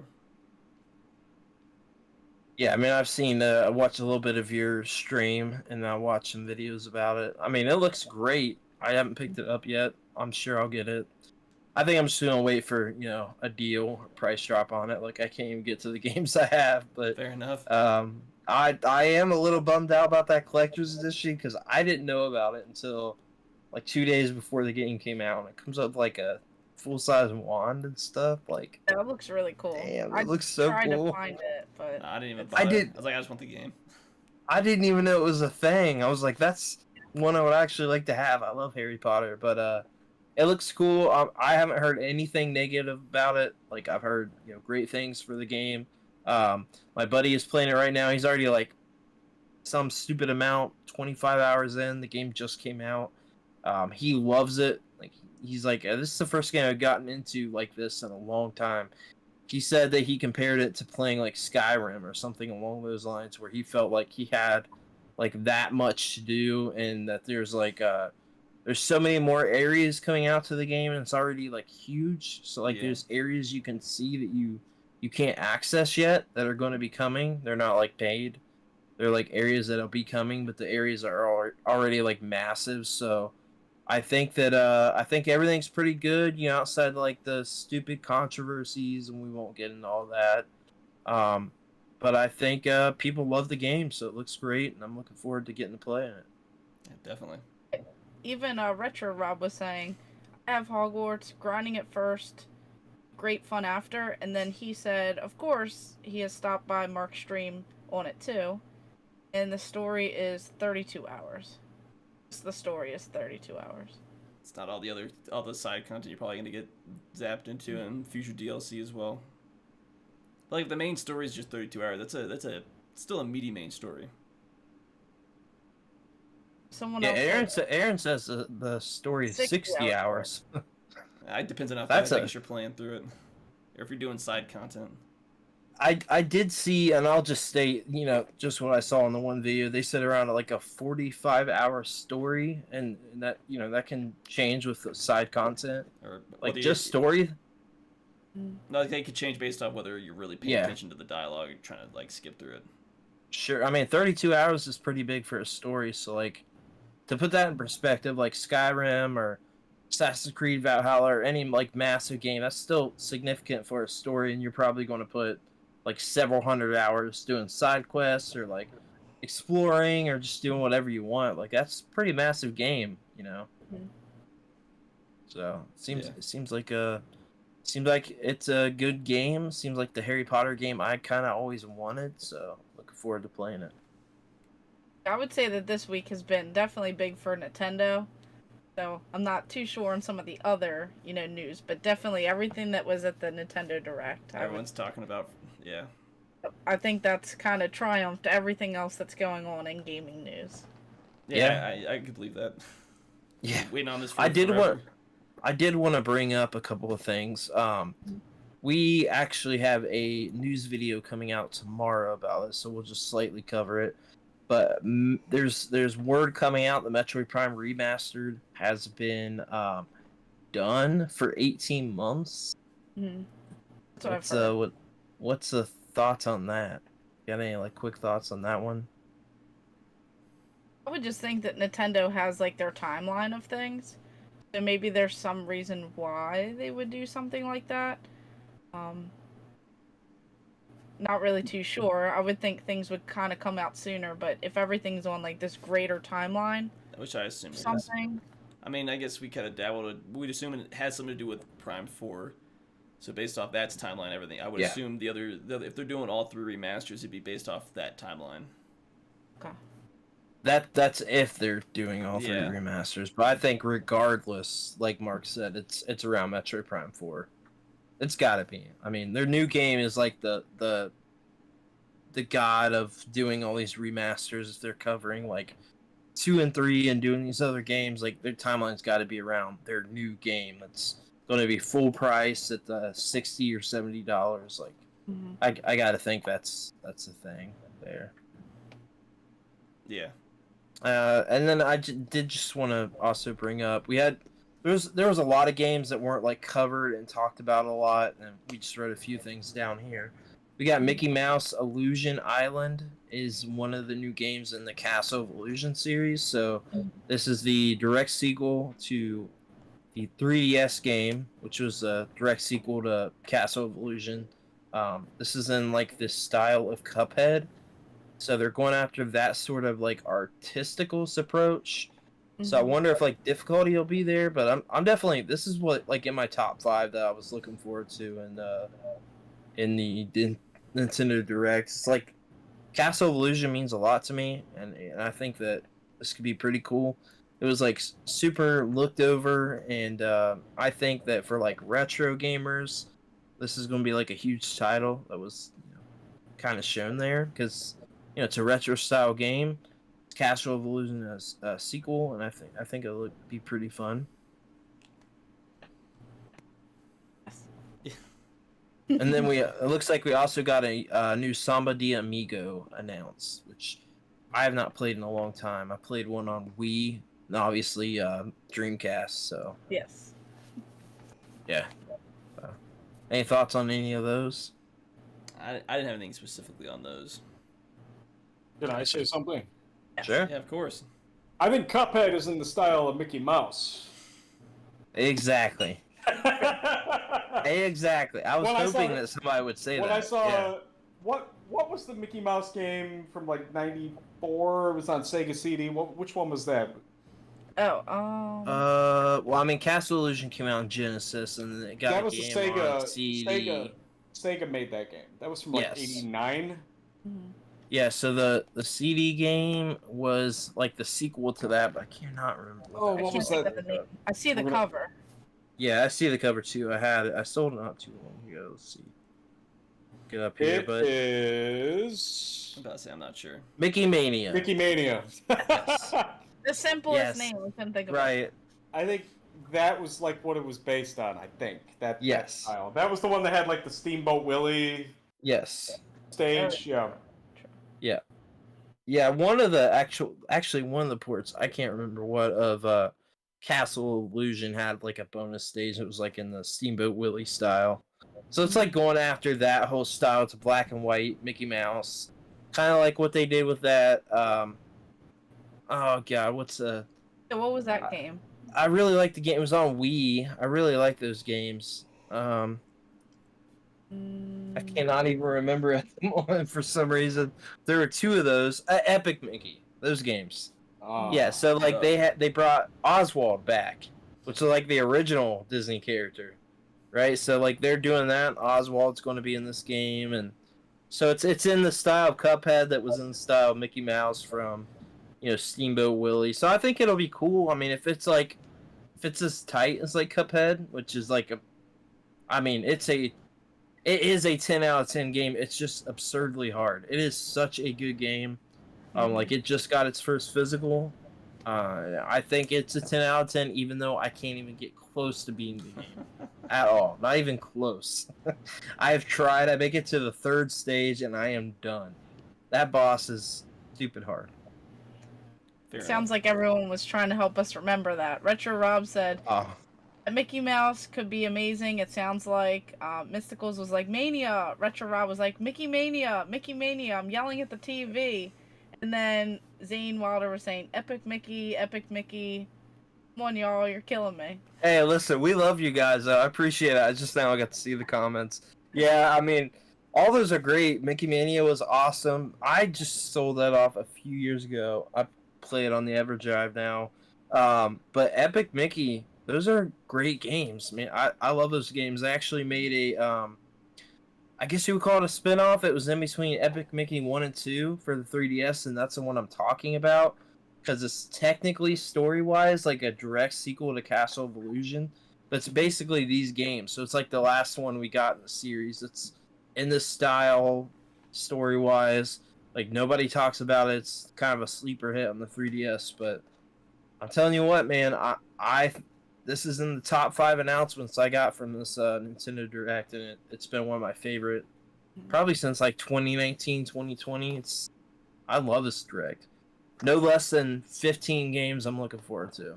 So yeah, I can't wait to see when they do a little bit more deep dives on certain games, and we get a little bit more of some upcoming things, and hopefully we get some F-Zero. But yeah, I mean we put out a poll and like 11 people said, yeah, we're getting an F-Zero, and I'm like, we did not get an F-Zero.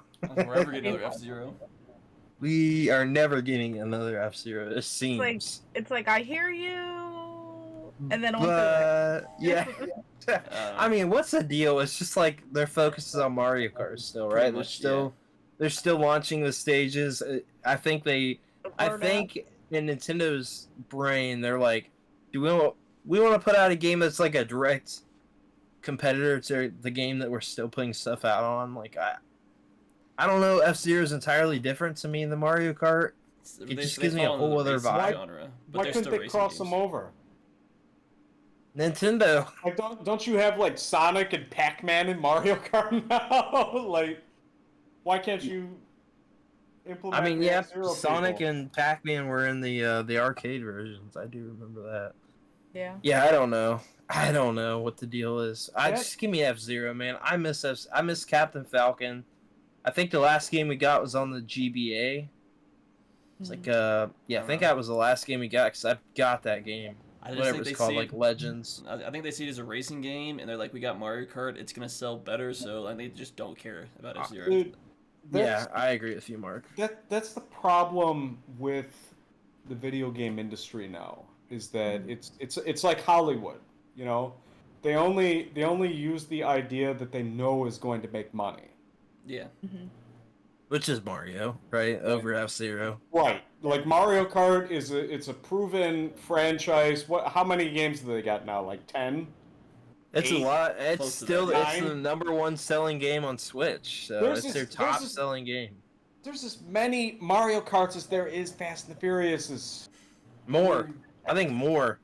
There's Yeah, it might there's be 3 more. different arcade Mario Karts. I played There might all of be them. There's more. 3 If you different count those, arcade then. Mario They're fun. Karts. They are fun. Yeah. Yeah. Not even counting those. There's I yeah, there's was watching is it the gaming historian that does the like making of stuff, like the making of Norm. the making of Super Mario Kart. yes. Here's he did something that. I didn't know. Here's something I didn't know because I didn't have F-Zero back in the day. I may have played it once at some point in time, but I don't have any attachment to F-Zero, right? But something I didn't know about F-Zero was it was a one-player game. Yes. So when they made the two-player split screen thing in Super Mario Kart, that was like a revolutionary thing. I didn't know all that. You know. So but yeah, I think they're just going with like the safe money now. It's just like Hollywood. You don't want to lose money. I mean, in it really business. is. It's just it's the same thing, you know, like Hollywood. It's just it's all remakes. In video games, it's remasters. It's and- whatever is going to make these companies money. Me and Mark were just talking about this earlier. It's all Yeah. business. It's all economics. They want to make money. That's the end of the road for it. Like whatever it's Mario Kart's going to make money before F-Zero is. You know, the 1% really of Nintendo fans or anybody knows what F-Zero is. It's like a 99-1 comparison. Mario Kart, F-Zero. Like if I ask my daughter right now, she's 7 years old. If I asked her what F-Zero is, she has no idea. She's like the target audience. Yeah. She knows what Mario Kart is. Yeah. She's played like 4 or 5 of them at this point. We played multiple of them. She has no idea what F-Zero Yeah, is. So you know what's a statistic that blows my mind is that kids recognize Mario more than Mickey Mouse.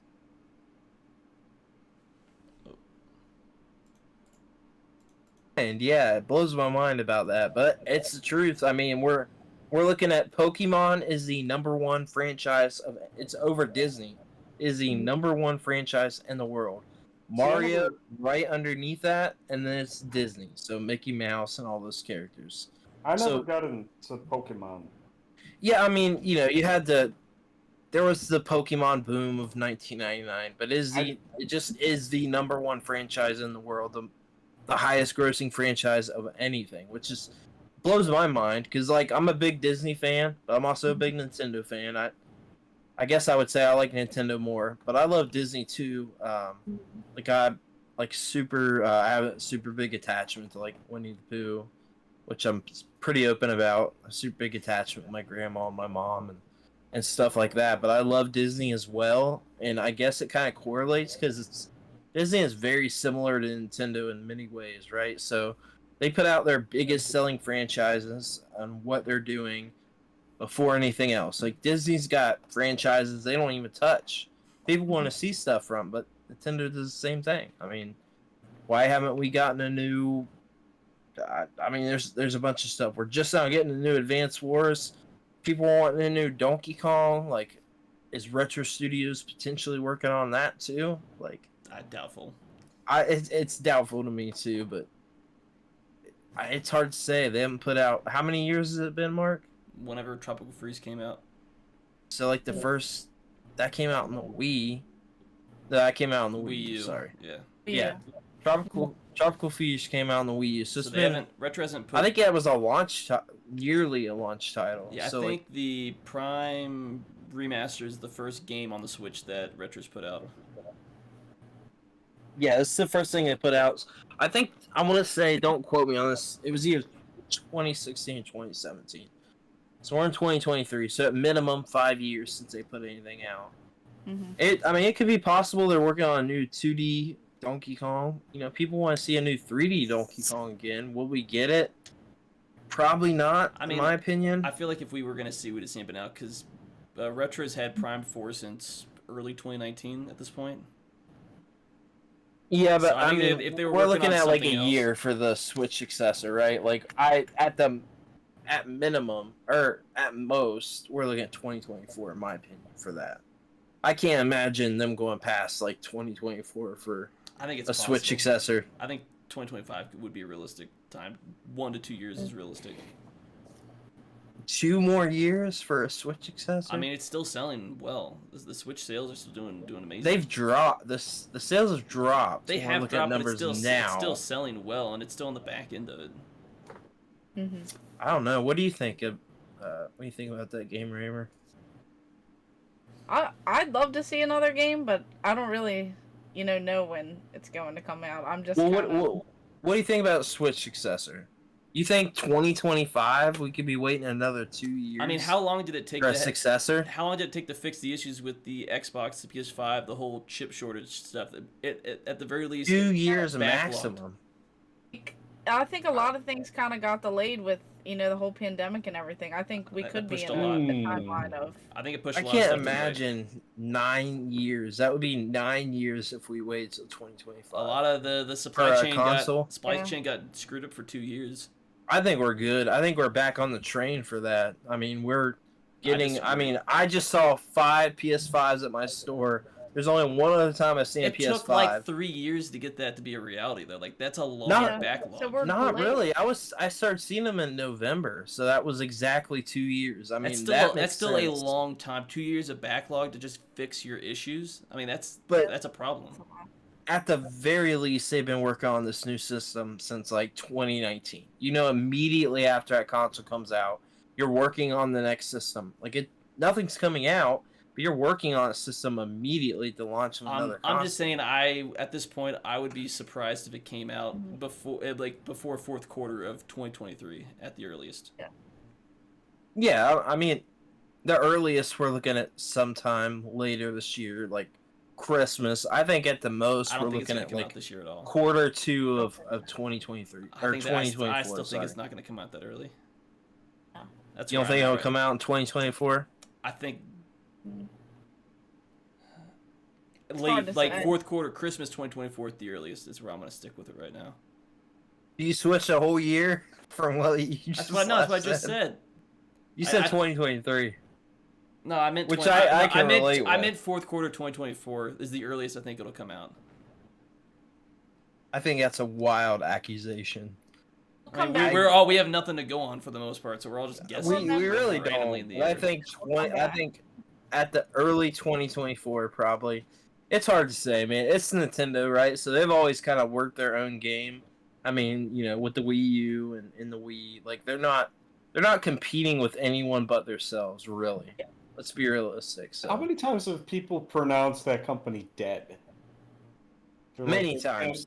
They can't hang with Xbox. They can't hang with PlayStation. 3DS, they did it. They're doing their own Wii U, thing. they did it. And, it's working for them. Mm-hmm. So...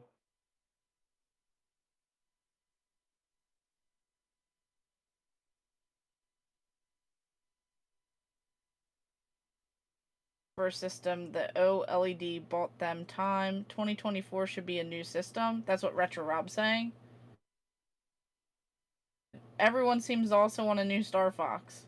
So that's also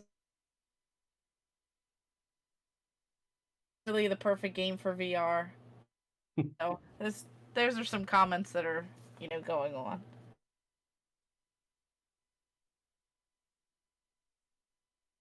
A full circle, the pandemic thing, it really kind of jazzed us up a little bit. That Arcade Parts and Repair You know, they were talking about like a capacitor shortage. Mhm. I mean, they're still liquid. You all probably don't know what a flyback transformer is. It's the high voltage unit on a CRT monitor. Mhm. The Yeah, suction cup thing. The suction cup thing that goes in the don't tube. touch those. I do. I know not to touch them, because when the guy came out to I my do. house to fix it, he was like, whatever you do not touch this. Not when it's on, no. You'll have problems then. No, I've had them where I like discharge them with my hands. I don't recommend ordinary humans do that. But no, those, I mean, they're only made in China. A lot of stuff got lost in translation during that time, you know, but it's coming back now. Like we're pretty good now. Mhm. But for a little while there, I mean, it was looking pretty horrific, you know, and it's like I don't want to see that. Yeah, none of us wanted, everything Yeah, I to, don't want to see that, all but the parts that get delayed, and I'm sure you experienced all of that, with everything. well, I had to order. And normally I get Nichicon. Nichicon is like the best one. I bought Panasonic. As a matter of fact, Arcade Cup. You know, we've been talking about this for years. He's like, Panasonic's good, right? You know, so I had to buy some Panasonic caps for the old Williams games that I work on. I did a few streams of those. If you know what those are, that's like Defender and Stargate, Robotron and Joust and Sinistar. Sinistar gave me PTSD for a while. You want to talk about hard games to work on? I figured out why. I mean, it's you have to add additional grounds, and then it'll.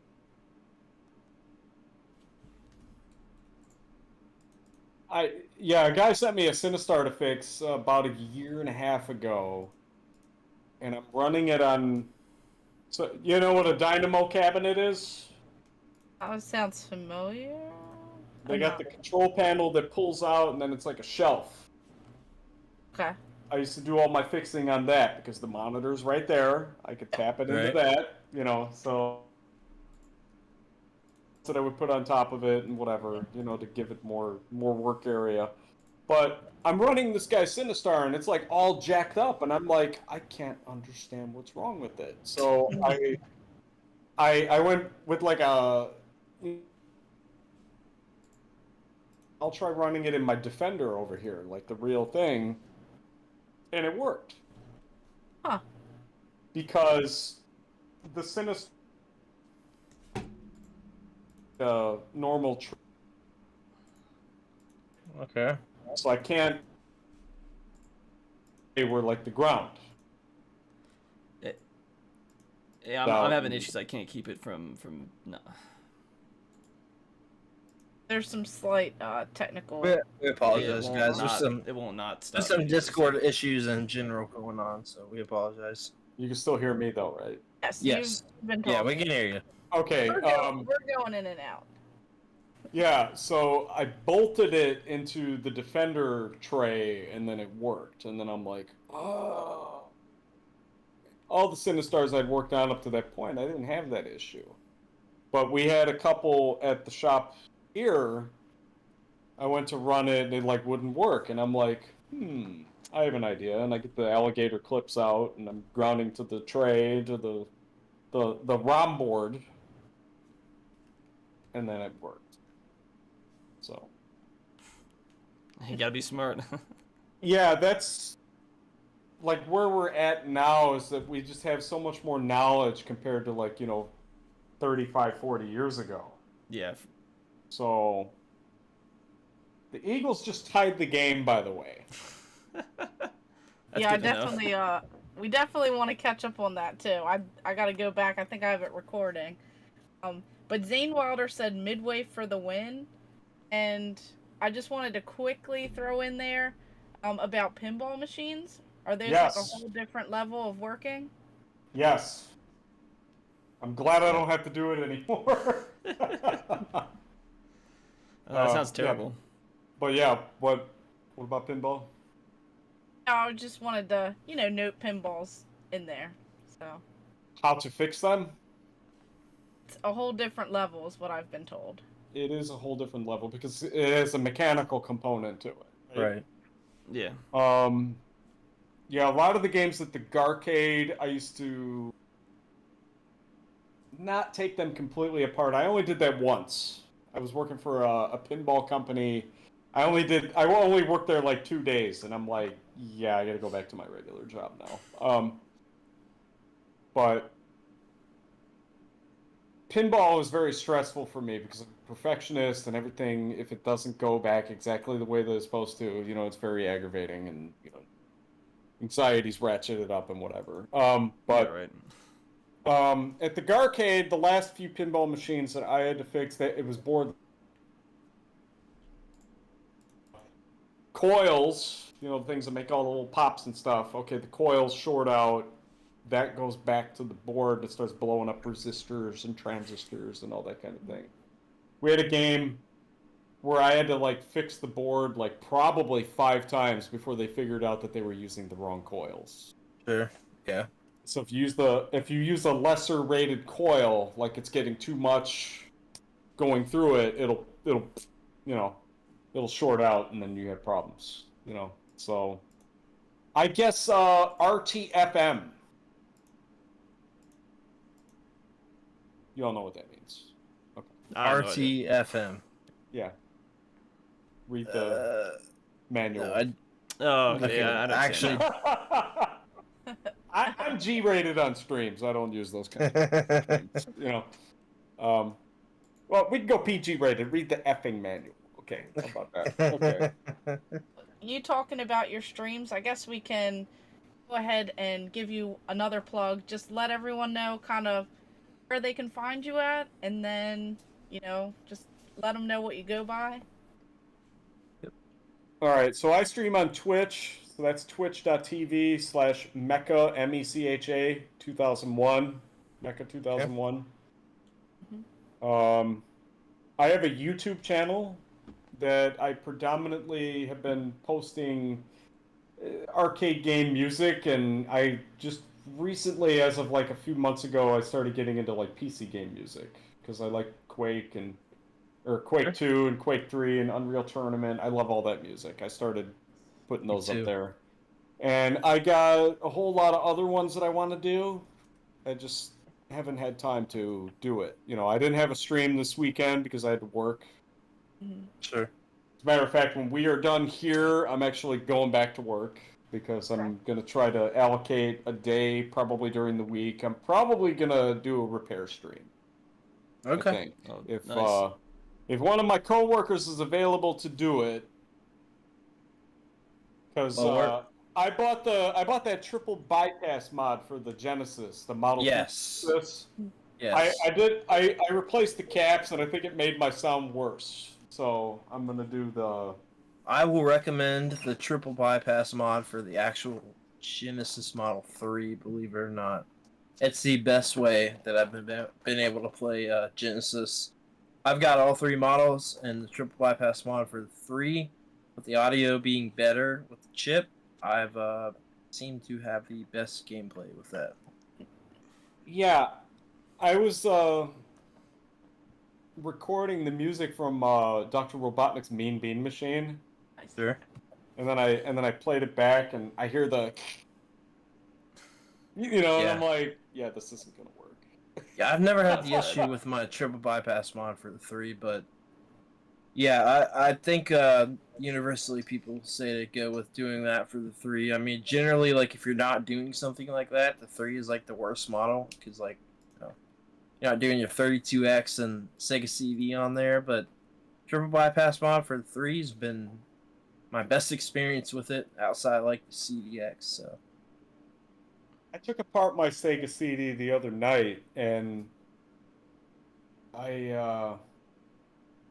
so I went to play Sonic CD, and I had Dr. Robotnik. He said some stuff to me in Japanese, and I'm like, I don't know what this is, but apparently the battery backup gimmick is where your save games go.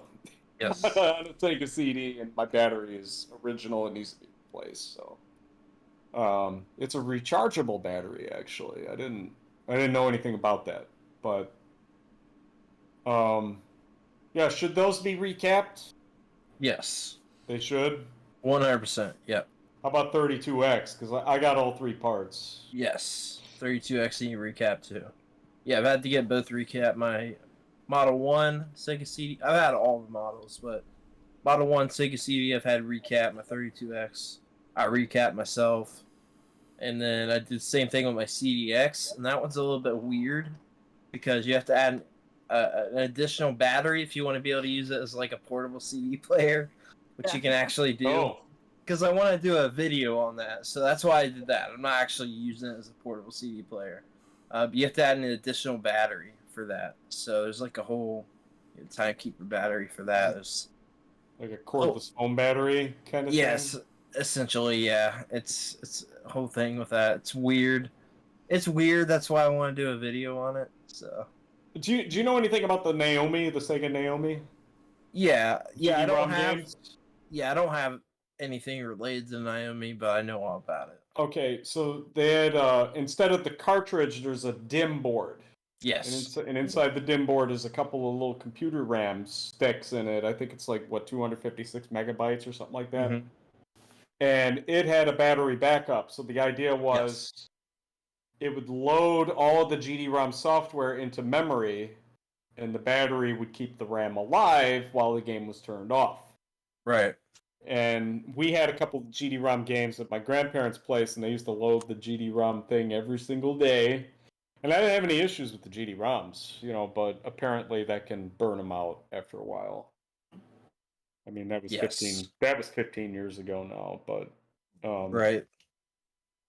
I would like to get a Dreamcast one day. Like, the Dreamcast was always a very intriguing story to me. I remember when they announced the hardware on it, and I'm like, oh, it's like a PC, kind of, And that was before the original Xbox, I think, was even conceived. I don't even know if that was even a thing yet. But It would have had to have been, right?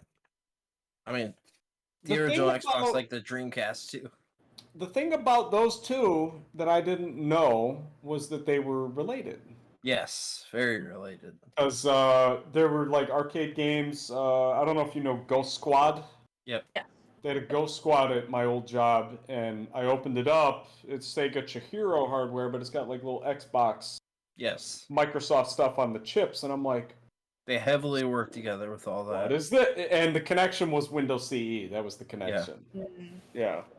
But the Dreamcast story was always intriguing to me because it was like the one time Sega got it right, and it just got no love. Yeah. I agree. They just I mean, I think they went right with the Sega Saturn. It's my favorite Sega system, but mine. They didn't do it. They didn't do it right here. I mean, it wasn't.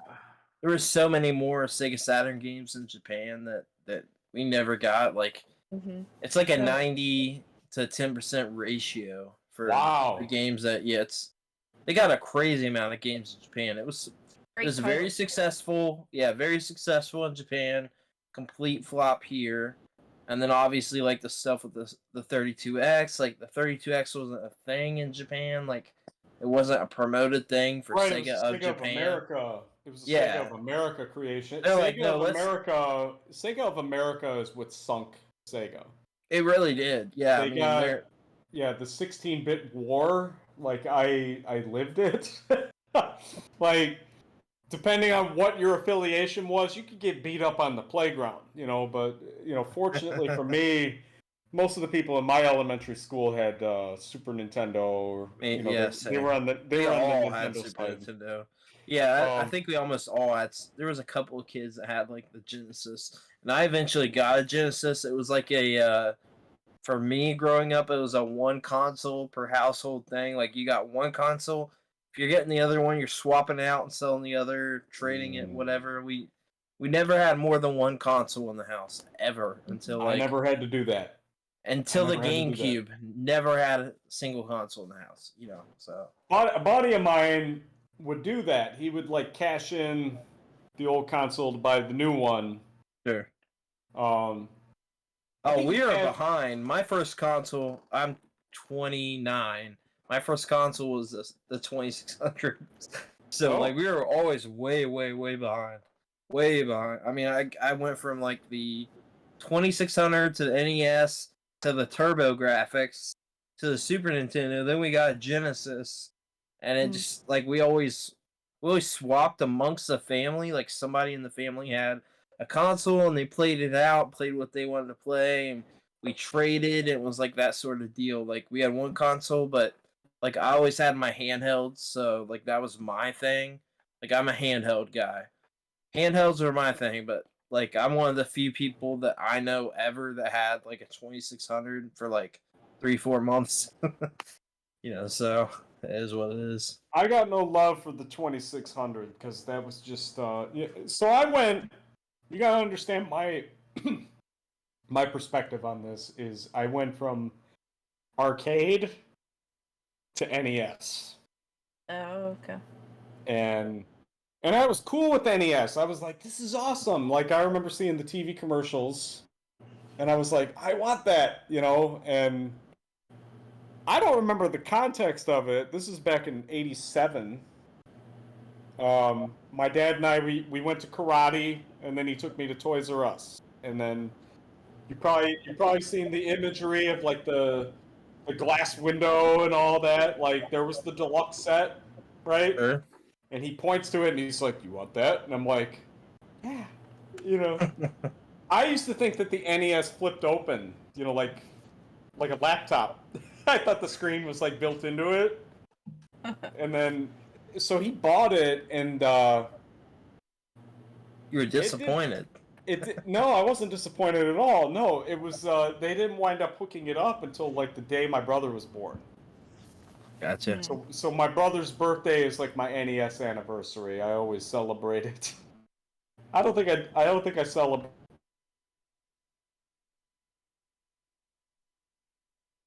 But yeah, no, I had a lot of great moments with the NES. And going back to Genesis, though, I got my Genesis in '94. It was my 12th birthday.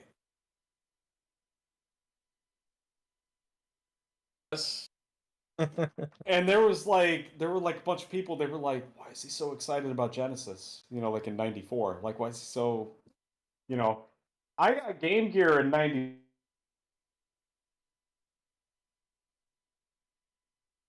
Are we all muted? Yeah, something happened with Discord there. Everybody's muted. Am I still muted? I'm not muted. Yeah. So no, you're good. No, you saw my promotional picture with the Sonic Chaos the Beast at that game on Game Gear. great. Yes, that's what. Yeah. But then I got to a point where it was I don't like this anymore. I need the real thing now, So then I got Genesis, and I grinded pretty hard on all those Genesis. Excuse me, but the Game Gear is the real thing. Just kidding. I love Game Gear. My Game Gear died. I sold it to a dude before I moved here. I sold all my 32X games. I had a bunch of Genesis games. Sold those. Yeah, sold a lot of stuff. The Game Gear is one that is super. There's a lot of mods for the Game Gear that are actually relatively cheap that make it worth playing. Plus, being able to have access to I guess you can call it cheap if you're collecting for the Game Gear. Game Gear is actually pretty expensive. There's some crazy expensive games for it. You get an EverDrive for $100, have access to all the games. But can't grab mine right here right now actually, but yeah, I mean I actually play my Game Gear pretty frequently. It's when I just pick up and play with the EverDrive. So I love the Game Gear. You got it modded. You do the cheap mods to it. You don't have to go anything crazy, but you can spend under $100 to get a Game Gear modded. $60 on a Game Gear, and you've got, 400 games there. I think it's worth the time. So what blew my mind is the Game Gear is pretty much A master system. It's a master system. Exactly. It's exactly what it is. Yeah. Yeah. Yeah, I in my advanced age, as my ears got more potent, if you will, like I can't do the bing bong sounds anymore. I can't do that anymore. Sure. Now, what's really fascinating, have you ever seen that guy that does those oscilloscope deconstructed videos on YouTube of like Genesis music and stuff like that? Yeah, where he's kind of taking the music apart and Yeah, and so like kinda all that rebuilding the Sonic music. all that Sonic music, I love it on Genesis. Yeah. But there's like 3 channels in there. It's Master System sounds. I didn't know that was in the Yeah. Genesis. Yep. And that makes sense because there was what was that Master System converter thing? What was that thing called? The the yeah. converter for The system. the Genesis to Master System converter. Yeah, where you can play Oh. Master System games on I think it's Genesis. just called the Master Converter, right? Yeah, was it? I can't remember if it had a name other than that. I have it. Yeah. I have to I have Google it it. Power base converter. Power Is that base it? yeah. converter. That's it. That's right. it. Yeah, there's actually a I knew it had Genesis version converter of in that. it. I knew it had converter in it. Yeah, Yeah. you're right. Power base converter. I feel like an idiot. Been I using that remember- thing for years. I remember the first time I saw Phantasy Star on a Master System. I was It's pretty mind blowing. I mean, I was definitely late on that one because I didn't own a Master System. I never owned one as a kid. Like like I said, I went from like Atari 2600, NES, TurboGrafx, then the Super Nintendo, then the Genesis, and just kind of escalated. We were always trading, selling consoles. We never had more than one console in the house. So I haven't it was a Played weird Turbo- journey for me. played TurboGrafx in probably almost 30 years. It's But- probably my I knew a favorite dude who 16-bit had one. system.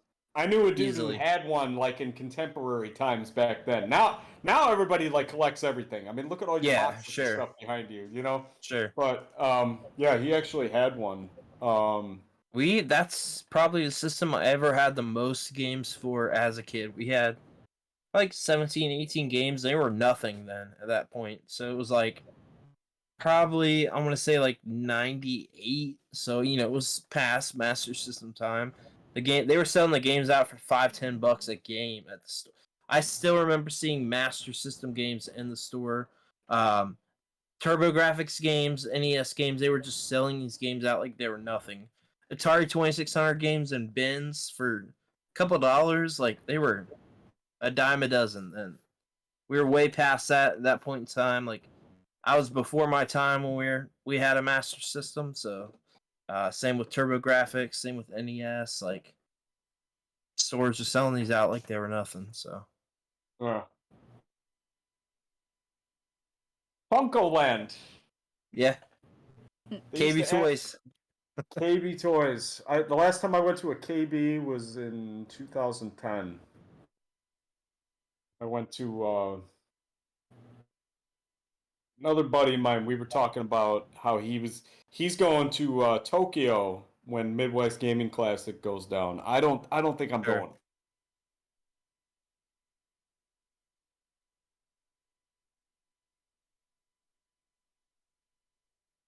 My cousin called me and he was like, "Yeah, I got a thing going on with my neck and I'm having difficulty walking." And I'm like, "Man, I really hope that I can get my neck fixed and that it'll fix the walking thing. That would be great." But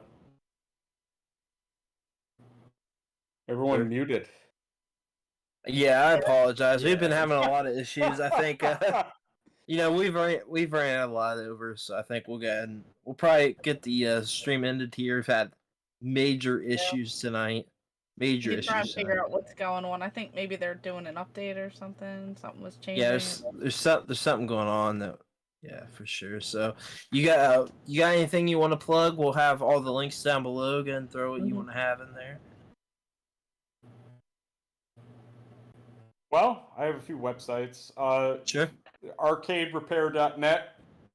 Okay. I wish I could claim the idea of buying that domain, but another guy did it for me. He set that up for me, and so that was intended to be like a side business thing, but like I don't really need to do that anymore. I don't need to do that anymore. So I started making it into like a kind of like a resource site, you know. I have a guide on there. It's called the Essential PSU Guide Remastered, I think is what I called it. But there's a lot of people going back to the cartridge. You know, like there's a lot of people that buy arcade games and they don't have any concept of any of the hardware end of it. You know.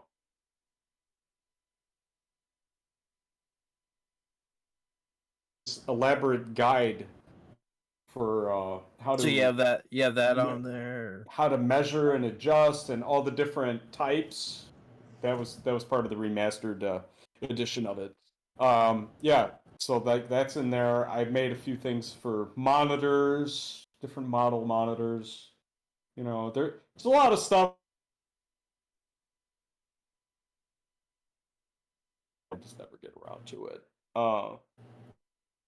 So there's that. There's my YouTube channel, youtube.com/ Mark, you got anything to plug underneath there for our sponsors or anything you guys have there for? Let me pull it up. Got my thing cutting in half. Yeah, it's doing the same to all of us. Actually, I don't have it pulled up. Let me pull it back up. For Super Bowl Sunday. What'd you say? You're cut off there. Seems we have a lot of Discord issues this weekend. So we're thankful to everyone watching, bearing with us. Yeah, absolutely. You know, thanks again to our guest, and hopefully we can get definitely. some things resolved a little bit.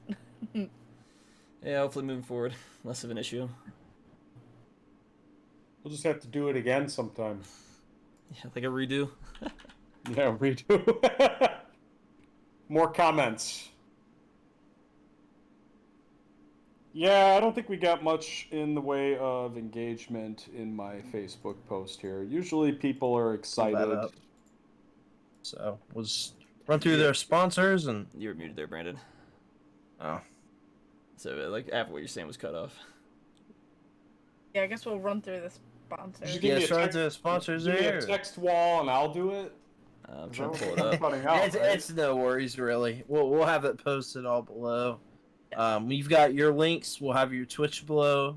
Everything below for you. We appreciate everybody coming in today, checking it out. Sorry for the issues we're having. Maybe in relation to Super Bowl Sunday. I blame whoever's playing the Super Bowl. It might be me. No, I don't think so. No, a lot of people are having issues with Discord. Variable. Yeah. No, you're good, man. We appreciate everybody stopping in. Thank you for watching. We'll see you again next Sunday, and you guys have a good day. Enjoy. Thank you for having me. See ya. Yep. It was fun.